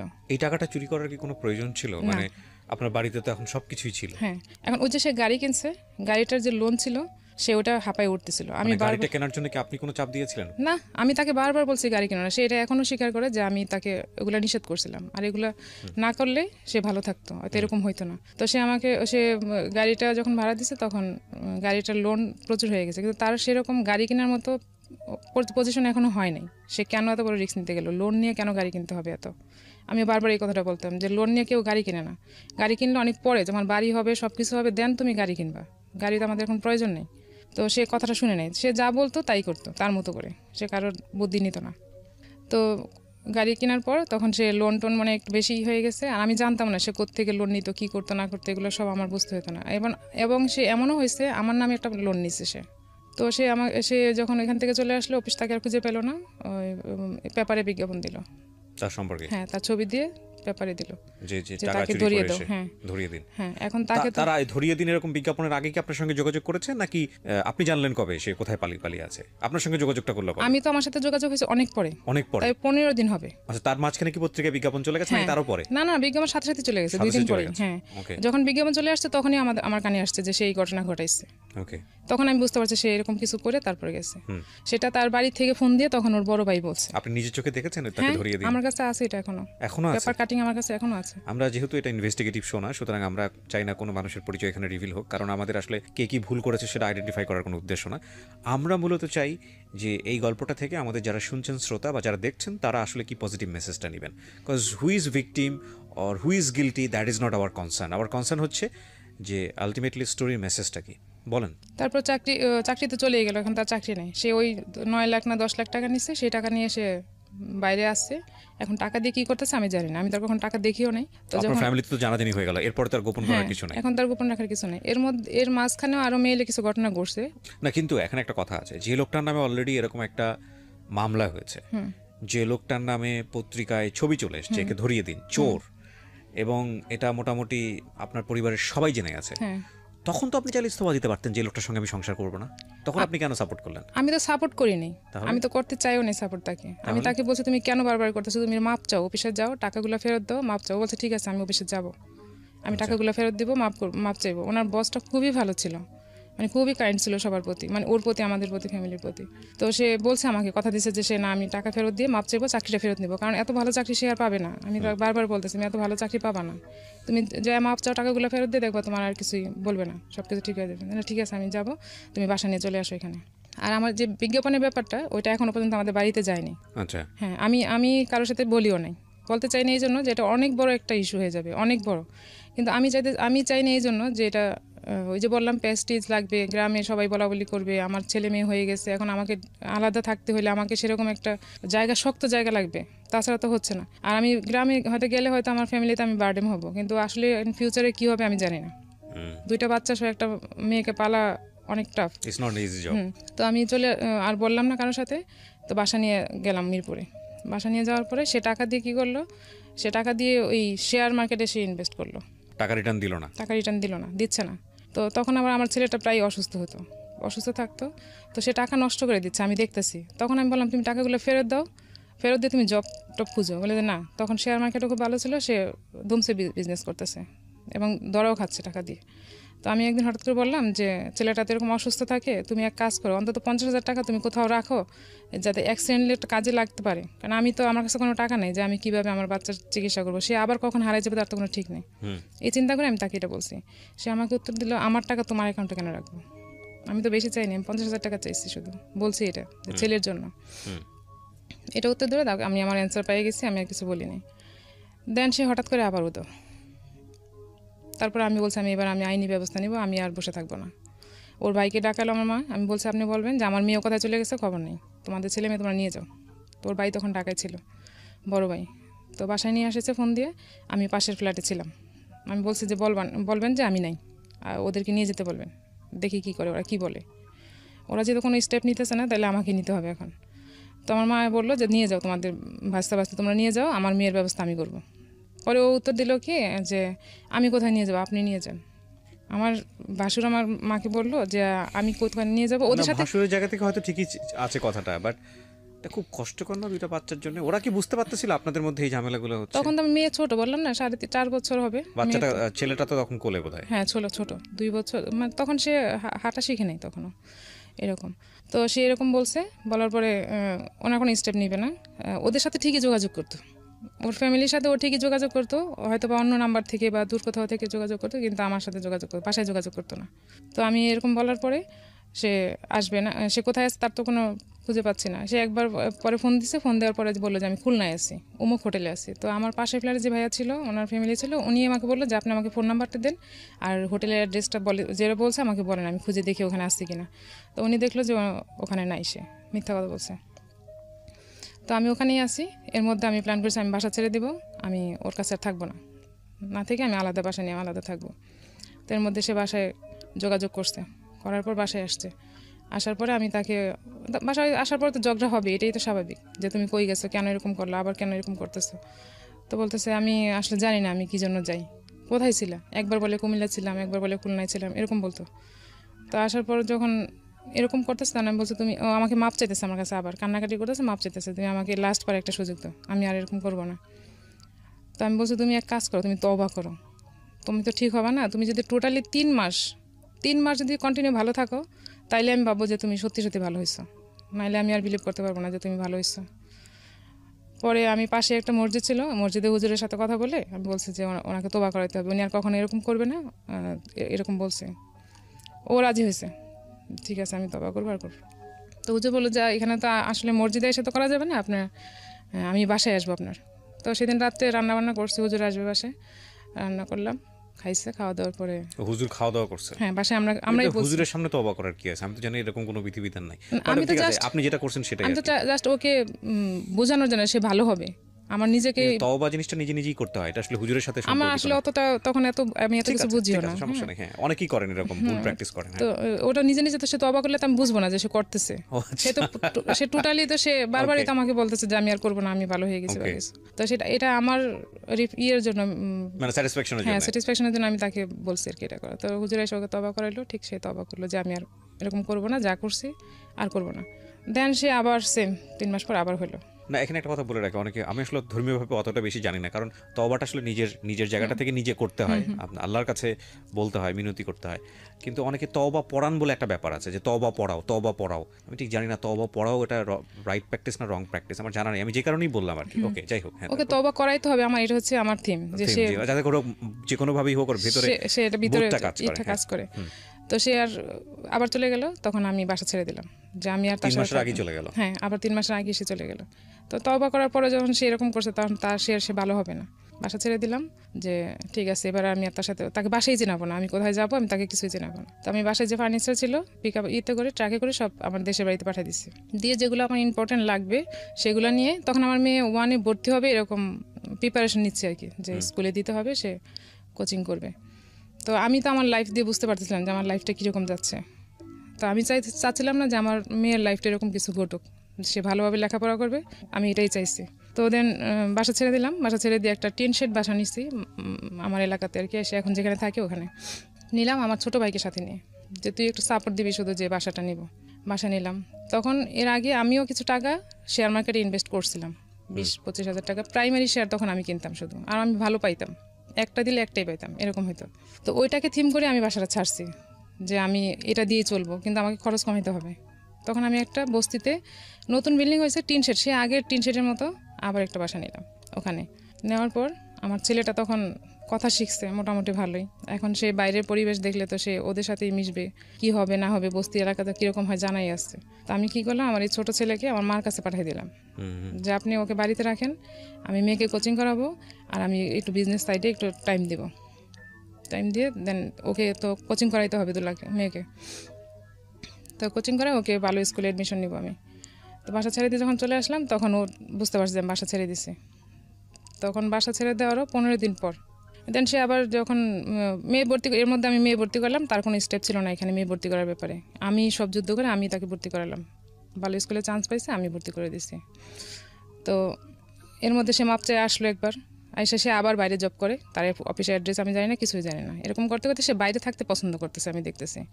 তখন আমি ওরে বলতাম, ও বাসায় আসলেও বেডরুম শেয়ার করতো না, সে আলাদা রুমে ঘুমাইতো সবসময়। তখন আমি ওরে বলছি যে তুমি আলাদা থাকো, এটা আমি কিছু বলতাম না, জাস্ট আমি তার একটা ফোন দেখতাম যে সে রাতে কথা বলে, সেই জন্য আমার সাথে সে রাতে থাকতো না, যে রাতে আলাদা থাকতে তার সুবিধা হয়, কারণ আমি তো ফোনগুলো দেখি। তো একদিন ফোন নাম্বার একটা পাইছি, একটা ছেলের নাম্বার দিয়ে সেভ করে রাখছে। তো ওই নাম্বারটা আমি জাস্ট ফোন দিচ্ছি ওর মোবাইল থেকে, কথা বলিনি, শোনার জন্য যেটাকে আসলেই ছেলের নাম্বার না মেয়ের নাম্বার। তখন দেখলাম ওর পাশ থেকে মেয়ে, জাস্ট আমি লাইনটা কেটে দিচ্ছি। তো কেটে দেওয়ার পর আমি আর ওটা কিছু বলিনি। বলার পর সে চলে গেল বাসা থেকে, জবের উসিলা দিয়ে সে বাইরে, যে সপ্তাহে একবার আসে কিংবা 15 দিনে একবার আসে এরকম।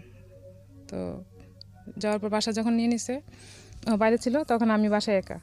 তখন আমি ওরে বললাম যে তোমার বাসায় অফিসের অ্যাড্রেস দাও আমাকে। অফিসের অ্যাড্রেস তুমি কী করবা, তোমার আসা লাগবে না, আমি আসবো, এরকম। তো সে মাঝখানে আবার আদম ব্যবসা করতে গেছে, বারবার নিষেধ করার পরেও সে গেছে, যে ওখানে একটা লোকের সাথে ঝামেলা হয়েছে অনেক, যার কারণে সে বাসার বাইরে থাকতো বেশিরভাগ সময়। আর আমার পাশের ফ্ল্যাট থেকেও সে টাকা নিছিল। এখন আমাকে একদিন এসে বলতেছে বাসা ছেড়ে দাও। পরে বলছে বাসা কেন ছাড়বো, ওরা টাকা পাবে, তুমি ওদের টাকা দিবে না, এখন তুমি থাকবে না, আমি বাসা ছেড়ে গেলে তো ওরা আমাকে এখানে হ্যারাসমেন্ট করবে, ওরা প্রতিদিন তোমার কথা জিজ্ঞেস করে টাকা দেওয়া লাগবে, তাহলে আমি কিভাবে দিব টাকা, কিংবা আমি কি করবো, ওরা আমাকে আটকাবে না যাওয়ার সময় যে টাকা দিয়ে যান, তো আমি কিভাবে কি বলবো। পরে বলছে না কিছু হবে না, তুমি বাসা ছেড়ে দাও। বলছে না, তোমার সাথে আমি বাসা ছেড়ে আর কোথাও যাবো না, কারণ আমার মেয়ে অলরেডি অ্যাডমিশন হয়ে গেছে স্কুলে, ক্লাস 3-তে তখন সে উঠছে কেবল। তো সেদিন আমি বাসা ছাড়বো না বলে সে আমাকে মারতে গেছে, আমার মা ছিল বাসায়, মারতে গেছে আমাকে, মারে নাই যদিও, কিন্তু মারতে গেছিলো। তো সে বলছে যে ঠিক আছে, আমি আর কোনো খরচ টরচ দিব না তোমাকে, আমার সাথে যদি না যাও তাহলে আমি বাসায় খরচ দিব না। সে তার দুর্বল পয়েন্ট ছিল এটা আমার, যে আমি একা চলতে পারবো না, তার কাছে আমি যাবোই আবার। তো আমি আর যাইনি। অনেক দিন পর সে আমার মোবাইলে একটা ফোন আসছে, ফোন আসার পরে আমাকে অনেকবার ফোন দিয়েছে, আমি বাসায় ছিলাম না। তো ওই ফোনটা যখন আমি বাসায় আসছে, আবার আসছে, আসলে একটা মহিলা কণ্ঠ, আমাকে বলতেছে আপনার হাজব্যান্ড কোথায়। আচ্ছা আমার হাজব্যান্ড কোথায় ওটা আমি কীভাবে বলবো, আপনার কী দরকার, আপনি কে। পরে বলতেছে আপনার হাজব্যান্ড আমার জিনিসপত্র নিয়ে সব পালাইছে, আমার না সরি আমার বান্ধবীর, এরকম এরকম হয়েছে, ওনাকে দরকার। পরে আমি বলছি আপনার বান্ধবীর সাথে কী রিলেশন, যে সে আপনার বেডরুম থেকে যে আপনার জিনিসপত্র নিয়ে আপনার টাকা পয়সা নিয়ে সে চলে গেছে, ওটার তো অবশ্যই রিজন আছে। আমার বেডরুমে কেউ আসতে হলে তো আমার সেরকম রিলেশন থাকা লাগবে, তাছাড়া তো একটা ছেলে মানুষ আপনার বেডরুমে যেতে পারবে না। পরে বলতেছে না ওর সাথে ভালো সম্পর্ক ছিল, সে এরকম টাকা পয়সা নিয়ে হঠাৎ করে এসে চলে গেছে, তাকে আর খুঁজে পাওয়া যাচ্ছে না। পরে আমি যখন এটাকে আর বেশি প্রশ্রয় দিচ্ছি না, যে আপনি রিয়েল কথা বলেন তাইলে আমি বলতে পারবো, আর আমার সাথে ওর সাথে যোগাযোগ নেই, অ্যাকচুয়ালি এর সাথে আমার যোগাযোগ ছিল না, টোটালি যোগাযোগ ছিল না। তারপর সে আমাকে বলতেছে, মহিলাটা আমাকে বলতেছে যে ওনার বাসার অ্যাড্রেস দেন, বাড়ির অ্যাড্রেস দেন। বলছে বাড়ির অ্যাড্রেস আমি দেবো কেন, আপনার সাথে রিলেশনকে আগে আমাকে বলেন, দেন আমি আপনাকে চিন্তা করবো যে দিব কিনা। পরে সে বলে না এক পর্যায়ে বাধ্য হয়েছে বলতে যে আমার সাথে এরকম, আমার বান্ধবীর সাথে ওনার বিয়ে হয়েছে। হোয়াট? হ্যাঁ বলতেছে আমার বান্ধবীর সাথে ওনার বিয়ে হয়েছে, বিয়ে হওয়ার পরে উনি এরকম জিনিসপত্র নিয়ে পালাই গেছে ওনার রুমের থেকে। ওকে, উনি জব করতো, বলতেছে আমার বান্ধবী জব করে অফিসে গেছে, ওর ঘরে জিনিসপত্র যা ছিল, অলংকার ছিল, টাকা পয়সা ছিল, সেগুলো নিয়ে চলে গেছে। তো আমি বলছি এটা তো আমার দেখার বিষয় না, বিয়ে তো আপনারা করছেন, এখন অ্যাড্রেস আপনারা খুঁজে বের করেন, আমি এই ব্যাপারে কিছু বলবো না। তখন আমি এটা স্বীকার, আমি বিয়ে করছেন যে এটা কি প্রুফ আছে, আমাকে প্রুফ দেখাইতে হবে। আর প্রুফটা আমি এই জন্য চাইছি আমি সবাইকে যাতে দেখাইতে পারি যে সে আসলে কি পর্যায়ে যাইতে পারে। তখন সে অস্বীকার করবে তা না হলে, তো সে কাবিননামাটা নিয়ে আমার সাথে দেখা করতে আসছে। সত্যি সত্যি বিয়ে হ্যাঁ করেছে?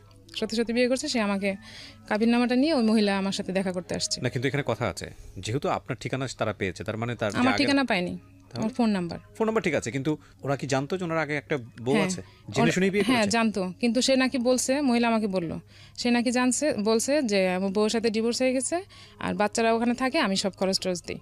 হ্যাঁ আর আমাকে ও বলছে যে তাহলে ফ্যামিলি অ্যাড্রেস দাও, মহিলা বলছে, আর ও বলছে যে না বাসা থেকে আমার ত্যায্য করা হয়েছে, বাড়ি থেকে আমাকে ত্যায্য করা হয়েছে, এখন ওরা কোনো টাকা পয়সা, ওদের সাথে আমার কোনো রিলেশন নেই।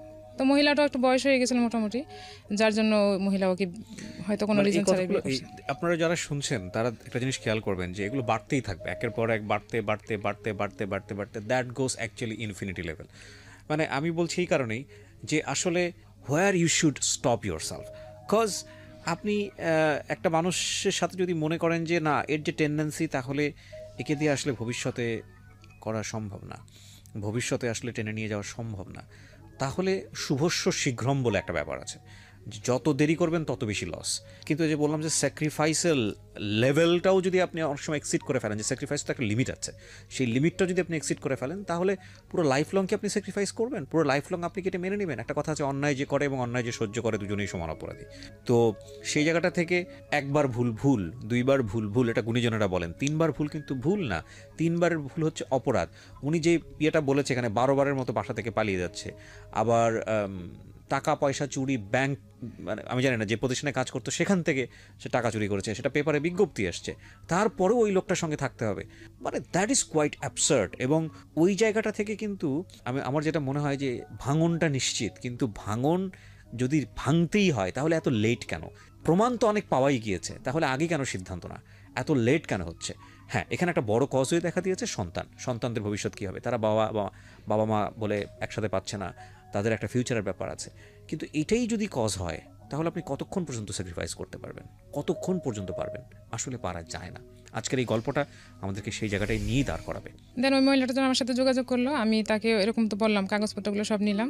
তো সে আবার আমি তাকে বললাম যে আপনার যে জিনিসপত্র নিয়ে গেছে তার জন্য আপনাকে একটা আইনি ব্যবস্থা নিতে হবে, তা নাহলে আমি কীভাবে বুঝবো সে আপনার জিনিসপত্র নিয়ে গেছে। সেও আইনি একটা ব্যবস্থা নিল, একটা জিডি করলো থানায়, ওই জিডির কপি আমি নিচ্ছি ওর কাছ থেকে। তখন আপনার সঙ্গে কোনো যোগাযোগ নাই? না, আমার সাথে কোনো যোগাযোগ নেই। তারপর সে আমাকে কয়েকদিন পর আমাকে ফোন দিল একদিন হঠাৎ করে, রোজার ঈদের আগে, রোজার মধ্যে ঘটনা এগুলো, রোজার ঈদের আগে দিয়ে আমাকে ফোন দিয়ে আমাকে বলতে, এর মধ্যে কিন্তু সে আমাদের কোনো খরচ টরচ দিচ্ছে না, বলে গেলো যে বাসায় দিবে না, আর দিচ্ছে না। তো আমাকে হঠাৎ করে বলতেছে যে বাচ্চাদের কিছু কিনে দিই, তুমি যদি কিছু মনে না করো। পরে আমি বলছি আমার বাচ্চাকে চুরির পয়সা খাবে? ওই চুরির পয়সা আমি আমার ছেলে মেয়ের পেটে ঢুকাবো না। আমি যদি সব করতে পারি আমি কাপড় চোপড় কিনে দিতে পারবো। তখন সে চুরি মানে ও আকাশ থেকে পড়ছে যে ওই মহিলা আমার সাথে যোগাযোগ করছে, ইভেন আমি সব কিছু জেনে গেছি। ওর ধারণা ছিল আমি কিছু জানবো না বা আমি জানতে পারি নাই। তো মহিলা তোর ঘর নিয়ে খুঁজতেছে, কারণ ওর তো ঠিকানা সব কিছু ভুল, নাম ঠিকানা ভুয়া, সব কিছু ভুয়া ছিল ওই কাবির নামায়। তো আর খুঁজে পাচ্ছে না। তো আমি ওর অ্যাড্রেস দিই নি ওকে, যে ওদের ব্যাপার ওরা বুঝুক, আমার এগুলোতে যাওয়ার কোনো দরকার নেই, আমি যাতে যাই নেই, বাস ওরা যা করে করুক। তো মহিলা বারবার আমাকে ফোন দিয়ে বলতো, কান্নাকাটি করতো, আমি এখন কী করবো, আমি জানি না আপনি কী করবেন, কারণ আপনি যখন জানছেন তার বিয়ে হয়েছে, তার ছেলে মেয়ে আছে, অবশ্যই আপনার খোঁজ নেওয়া উচিত ছিল। আপনি যেখানে ভুল করছেন এখানে আমি আপনাকে শুধরানোর মতো কোনো সুযোগ করতে পারবো না, আপনার আপনি বুঝবেন। তো সে আমাকে বলতেছে যে এরকম, আমার সাথেও তো আমার হাজব্যান্ড যোগাযোগ করে পারতেছে না, কারণ আমি তো আর ওকে বলে দিছি যে তোমার লেভেল ক্রস, আমি আর পারবো না। ইন দ্য মিনটাইম আপনি কি ফ্যামিলিতে জানাচ্ছিলেন যে এগুলো হচ্ছে? হ্যাঁ, এগুলো জানাচ্ছি। তখন মোটামুটি সবকিছু জানিয়েছেন? তখন জানাচ্ছি কি, তখন আমার বড় ভাই বাইরে থাকে, তখন আমি ভাইয়াকে কিছু বলিনি। তারপর ফ্যামিলি থেকে কি বলতেছিলেন? ফ্যামিলি থেকে তো কি করবে, এখন তো কিছু করার নাই, বলতেছেও না কিছু, এই জন্যই কারণ ওদের ফ্যামিলি কোনো স্টেপ নিচ্ছে না, ওকে খুঁজে পাওয়া যায় না। সবচেয়ে বড় কথা হয়েছে ওকে খুঁজেই পাওয়া যায় না, ও উদাও থাকে। আমরা একটা আইনি ব্যবস্থা নিব, তারই খুঁজে পাওয়া যায় না, তার কোনো অ্যাড্রেসই আমরা পাই না, হদিস পাই না, এখনো পর্যন্ত জানি না যে কোথায় থাকে। তো এরকম যাওয়ার পর আমি যখন বলছি তখন তো সে বুঝে গেছে যে আমি আর তার সাথে কন্টিনিউ করবো না। আমি বলছি যে তোমার লেভেল ছিল একটা বিয়ে করা। ইভেন সে লাস্ট যখন বাসা থেকে যায় তখন সে আমার সাথে দাঁড়া বলতেছিল যে আমিও এখনো কিছু করলে অনেক ভালো কিছু করতে পারি, সে এটা বুঝাইতে যাচ্ছে। তখন আমি বলছি যে হ্যাঁ, তুমি তো তোমাকে যাচাই করছো মার্কেটে, আমি তো আমাকে যাচাই করিনি। তো ঠিক আছে, তুমি যদি ভালো কিছু পাও দেন করতে পারো, আমার থেকে কোনো তোমার বাধা নেই। এই একটা লেভেলে তো বাকি আছে, ওইটাও করতে পারো, কোনো সমস্যা নেই। তখন সে বাসা থেকে চলে গেল। আর আমি সবাইকে বললাম যে আমি যে আমাদের ভিতরে প্রবলেম চলতেছে এগুলো আমি বাইরের কাউরে বলি না, বাট আমার ফ্যামিলি জানে, বাট আদার জায়গায় আমি বলি নাই। বলছি যে ও বাইরে জব করে, ঢাকার বাইরে জব করে, বাইরে থাকে। ও দেখতাম যে আশেপাশে সবার সাথে যোগাযোগ করে, কথা বলে, সব কিছু বলে, কিন্তু আমি যে বলতেছি এখন আমি ফেক হয়ে যাচ্ছি। আমি তো বলতে চাই না আমার ভিতরের ব্যাপারটা যাতে বাইরে না জানে। তারপর সে আর আমার সাথে কন্টিনিউ করতে পারছে না বলে আমি তাকে জায়গা দিই না, বলছি না তোমার সাথে আর কন্টিনিউ করা যায় না। তো সে আর আসে নাই, আমি আমার মতো চলতেছি, চেষ্টা করতেছি কিছু করার জন্য। ওই যে শেয়ারে আমার কিছু ইনভেস্ট করা ছিল তখন অল্প, সেগুলো দিয়ে আমি আবার নতুন করে শুরু করলাম। আপনার নামে মামলাটা হয় কি কারণে? আমার নামে মামলা হয়, আমি যখন ওর সাথে ছিলাম তখন সে ব্যাংক থেকে একটা প্রাইভেট পার্সোনাল লোন নেই, খুব বেশি টাকা না, 1 লাখ টাকা একটা লোন নিচ্ছে। তখন সে টাকা দরকার, সে আমাকে দিয়ে লোনটা নেওয়া হয়েছে। আমি কিছুই করিনি। না, মেন আমাকে দিয়ে তুলেছে। সে কিভাবে কি করছে আমি কিছু জানি না, আমার বাসার বাইরেও যেতে হয়নি, টাকাটা দিতে পারেনি, কারণ একটা মামলা হয়ে গেছে। হ্যাঁ, টাকাটা দেওয়া হয়নি। তো সে আমাকে তখন বলতো যে এই টাকাটাই শুধু তোমার অ্যাড্রেস দিয়ে সবকিছু মানে কারেক্ট দিয়ে করছে। টাকাটা কি আপনি শোধ করতে পেরেছেন? না, আমি টাকা শোধ করিনি। তো এরপর আপনাকে কি জেল খাটতে হয় বা এরকম কোনো? না, মানে থেকে আমাদের বাড়িতে পুলিশ গেছিল খোঁজ নেওয়ার জন্য আমার ব্যাংক থেকে, কিন্তু আমি 2বার হাজিরা দিয়ে মামলাটাই করে রাখছিলাম। আচ্ছা। তো এটার হয়তো আবার আসবে, এখন তো আমি আর যাচ্ছিও না, কিছু করতেছিও না। কি ভয়ঙ্কর, চিন্তা করে দেখেন। তো আমি তাকে এর মধ্যে মাঝখানে যখন সে যোগাযোগ করছে মানে ইদানিং আর কি, ইদানিং বলতে বছর 2 আগে, তখন আমি মেয়েকে দিয়ে বলছিলাম যে তুমি যে আমাদের তো ঝামেলা ফেলা রেখে গেছো, তুমি এরকম একটা ঝামেলা আম্মুর কাঁধে দিয়ে গেছো, তুমি এটার একটা ব্যবস্থা করো। পরে বলছে যে এগুলো আমি কিছু করিনি, এগুলো তোমার আম্মুই করছে, মিথ্যা কথা বলছে। তা আমি তো বাসার বাইরেও যাই না টাকা আনার জন্য, সে বাসা থেকেই সব সিস্টেম করে তারপর ব্যাংক থেকে টাকা উঠেছে। তো এগুলো বলার পর তো এখন আমি আর ওর সাথে কন্টিনিউ করলাম না। তো সে প্রায়ই ফোন দিয়ে আমাকে বলতো যে বাচ্চাদের ব্যাপারে, যে বাচ্চারা তোমাকে বড় হলে দোষারোপ করবে, তুমি কেন একা আসো বা কী আসবে সেগুলো বলতো। আমি বলছি তোমার কাছ থেকে আমি কিছু শুনতে চাই না, আমার ছেলে মেয়ে আমার কি বলবে সেটা আমি বড় হলে বুঝবো। কি করলেন আপনি এরপরে? তারপরে সে জব যখন করতেছিল তখন সেখানে আমি একটা নোটিশ পাঠালাম, উকিল নোটিশ পাঠালাম যে বাচ্চাদের খরচের জন্য, সেটাও 2-2.5 বছর পরে। তখন সে উকিলের কাছেও আসতেছে না, ঠিক মতো আসবে না, তার বউ অ্যাক্সিডেন্ট করছে, তখন সে আসতে পারবে না। তখন একটা বিয়ে করেছে নাকি ওই মহিলাই তাকে সে আবার কন্টিনিউ করছে? হ্যাঁ কন্টিনিউ করছে, ভয় পেয়ে। ওই যে আমি তাকে জায়গা দিচ্ছি না, হয়তো আমি অ্যাড্রেস দিয়ে দিছি, আর আমি অ্যাড্রেস দিলে তো তাকে সে জেল খাটাবে, করবে, সে অনেক ঝামেলা ফেলাবে, কারণ তার তো কোনো পিছুটান নেই। পিছুটান আমার ছিল, আমি কিছু বলি নাই, সেজন্য ওই মহিলার সঙ্গে হ্যাঁ সে মহিলার সাথে সে কন্টিনিউ করতেছে। তো মহিলা ওখানে ছিল, তখন আমি যখন নোটিশ পাঠালাম তখন সে আমার উকিলের সাথে দেখা করলো। উকিল আমাকে বললো এই লোক তো আপনি কন্টিনিউ করতে পারবেন না, আমরা কখনোই বলি না সংসার ভেঙে যাক, কিন্তু আপনি পারবেন না, আমি শিওর। এই লোক কোথায় পাইছেন আপনি? পরে আমি বলছি আমি তো পাইনি, এরকম হয়েছে বিয়ে। তো যাই হোক, এখানে বলা হয়েছে যে বাচ্চাদের খরচ দিবে সে ওই 7 মাস খরচ দিছে ওদের। খরচ দেওয়ার পর আর ওখান থেকে বলছে যে আমাকে ছাড়তে হইলে টাকা দিতে হবে, আর সে উকিলের সামনে বলছে আমি তাকে ছাড়বো না, কখনোই ছাড়বো না, মানে আমাকে সে কখনোই ডিভোর্স দেবে না।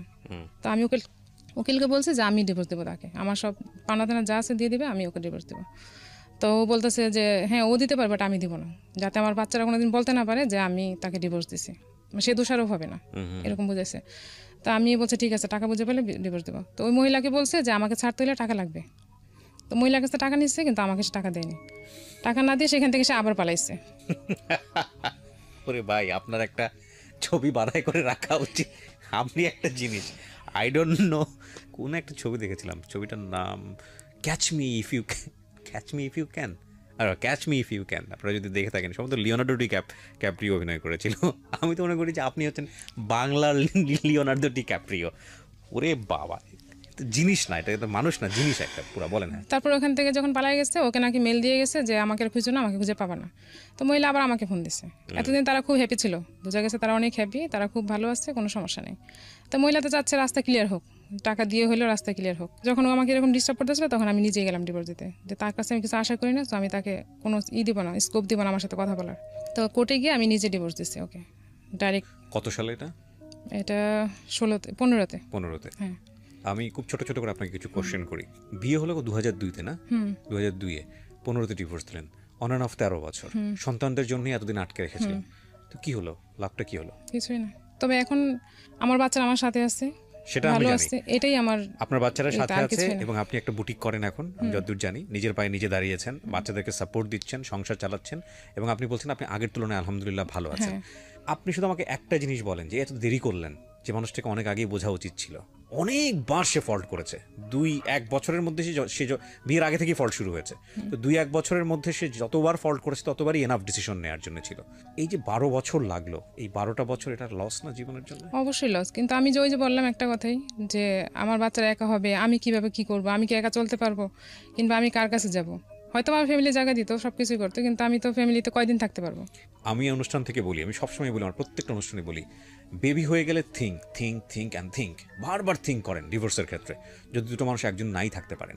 কিন্তু যদি দ্বিপাক্ষিকভাবে এটা হয়, হাজব্যান্ড ওয়াইফের জায়গায়, ওয়াইফ হাজব্যান্ডের জায়গায়, যদি বুঝে যান যে না, এই মানুষটার সাথে সংসার করাটা কোনোভাবেই সম্ভব নয়, কারণ তার কোনো ভালো গুণ নেই আপনার চোখে, এবং এই জায়গাটা থেকে তাকে কিওর করা সম্ভব নয়, 1বার 2বার 3বার 4বার 5বার হচ্ছে, এবং এটা আপনার সন্তানের জন্য ভয়ঙ্কর রকমের রিস্ক হয়ে যেতে পারে, সেক্ষেত্রে কালোৎক্ষেপণ করার কোনো যুক্তি নাই। আমি মনে করি এটা loss, big loss of time, cause জীবনে আসলে সময় বারবার রিটার্ন আসে না।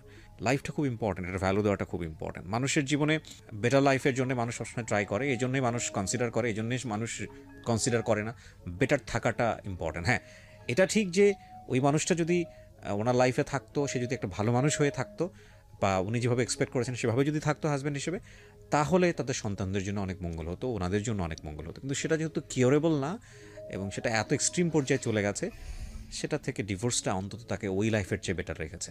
তবে এটা অনেক আগে হলেই বরং ভালো ছিল, বিকজ 12-13 বছর অনেক লম্বা একটা সময়। বাট আমি আবারও বলছি, আমাদের এই অনুষ্ঠানের উদ্দেশ্য আপনাকে ইন্সপায়ার করা না এইসব কাজে, কিন্তু যদি আপনি বুঝতে পারেন যে দিস ইজ ফেয়ার এনাফ, তাহলে এ সময় কেন কালক্ষেপণ করবেন? এটা একটা প্রশ্ন, এটা একটা লেসন। তো সন্তানটা মিস করে না তার বাবাকে?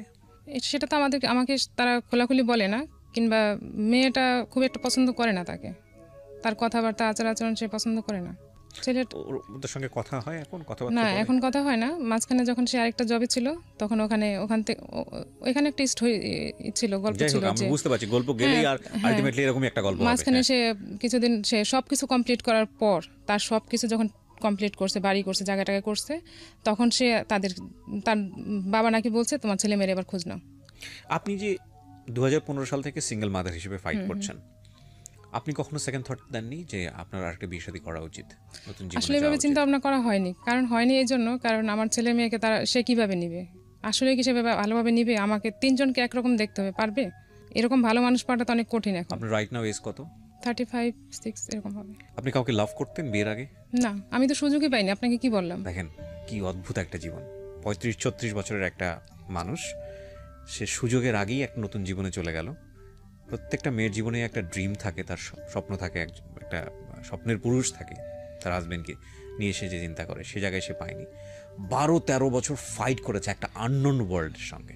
এই সময় দুটো বাচ্চা চলে এসছে, 35-36 বছর বয়স, কোনো কিছু বুঝে ওঠার আগেই সব কিছু শেষ হয়ে গেল। বাচ্চারা তার কাঁধে, এবং এই বাচ্চারা নিয়ে সে ফাইট করছে। এই ভদ্রমহিলাকে যদি আমি জিজ্ঞেস করি 2015 থেকে 2019 পর্যন্ত সোসাইটির কাছ থেকে কতটা ঘাত প্রতিঘাত সহ্য করেছেন, একা মা হিসেবে ফাইট করতে গিয়ে কোন কোন জায়গা থেকে আপনাকে বিভিন্ন রকমের বাজে সিচুয়েশনের মুখোমুখি হতে হয়েছে, আমি definitely sure it has another story, এবং সেটা অনেক বড় একটা গল্প হয়তো বা, সে গল্পে নাই বা গেলাম। এই জন্যই প্রত্যেকটা মোমেন্টে ডু রেসপেক্ট গার্লস, কজ তাদের স্যাক্রিফাইসটা অনেক বড়, হিউজ। সো রেসপেক্ট করেন। আমরা তো সবাই মায়ের পেট থেকে এসেছি, মাকে যেভাবে সম্মান করতে হয়, সে প্রত্যেকটা নারীর মধ্যেই নারী সত্তাটা আছে, মা সত্তাটা আছে। সেই জায়গা থেকে উই শুড রেসপেক্ট দেম। হ্যাঁ, বিকজ এই 35-36 বছরের একটা ছেলে যদি হতো, 90% ক্ষেত্রেই হয়তো বা সে তার সংসার নিয়ে চিন্তা করতো। সেটা কিছু কিছু মানুষ ব্যতিক্রম, সেটা অন্য জিনিস। ডেফিনেটলি একটা ছেলে হয়তো আরেকটা বিয়ে শাদী করে ফেলতো, কিন্তু একটা মেয়ে এটা খুব কঠিন করে না, যে তা না, একটা মেয়ে আসলে খুব কঠিন এভাবে চিন্তা করে, এবং যে কারণেই হয়তো এই মহিলার রেস্ট অফ দ্য লাইফ হয়তো এভাবেই কাটবে। তারপর আরেকটা জীবন, সন্তানরা, ছেলেটা তাকে কতটুকু দিল, মেয়েটা তাকে কতটুকু দিতে পারলো, সেখানেও হয়তো একটা হাহাকার থাকবে।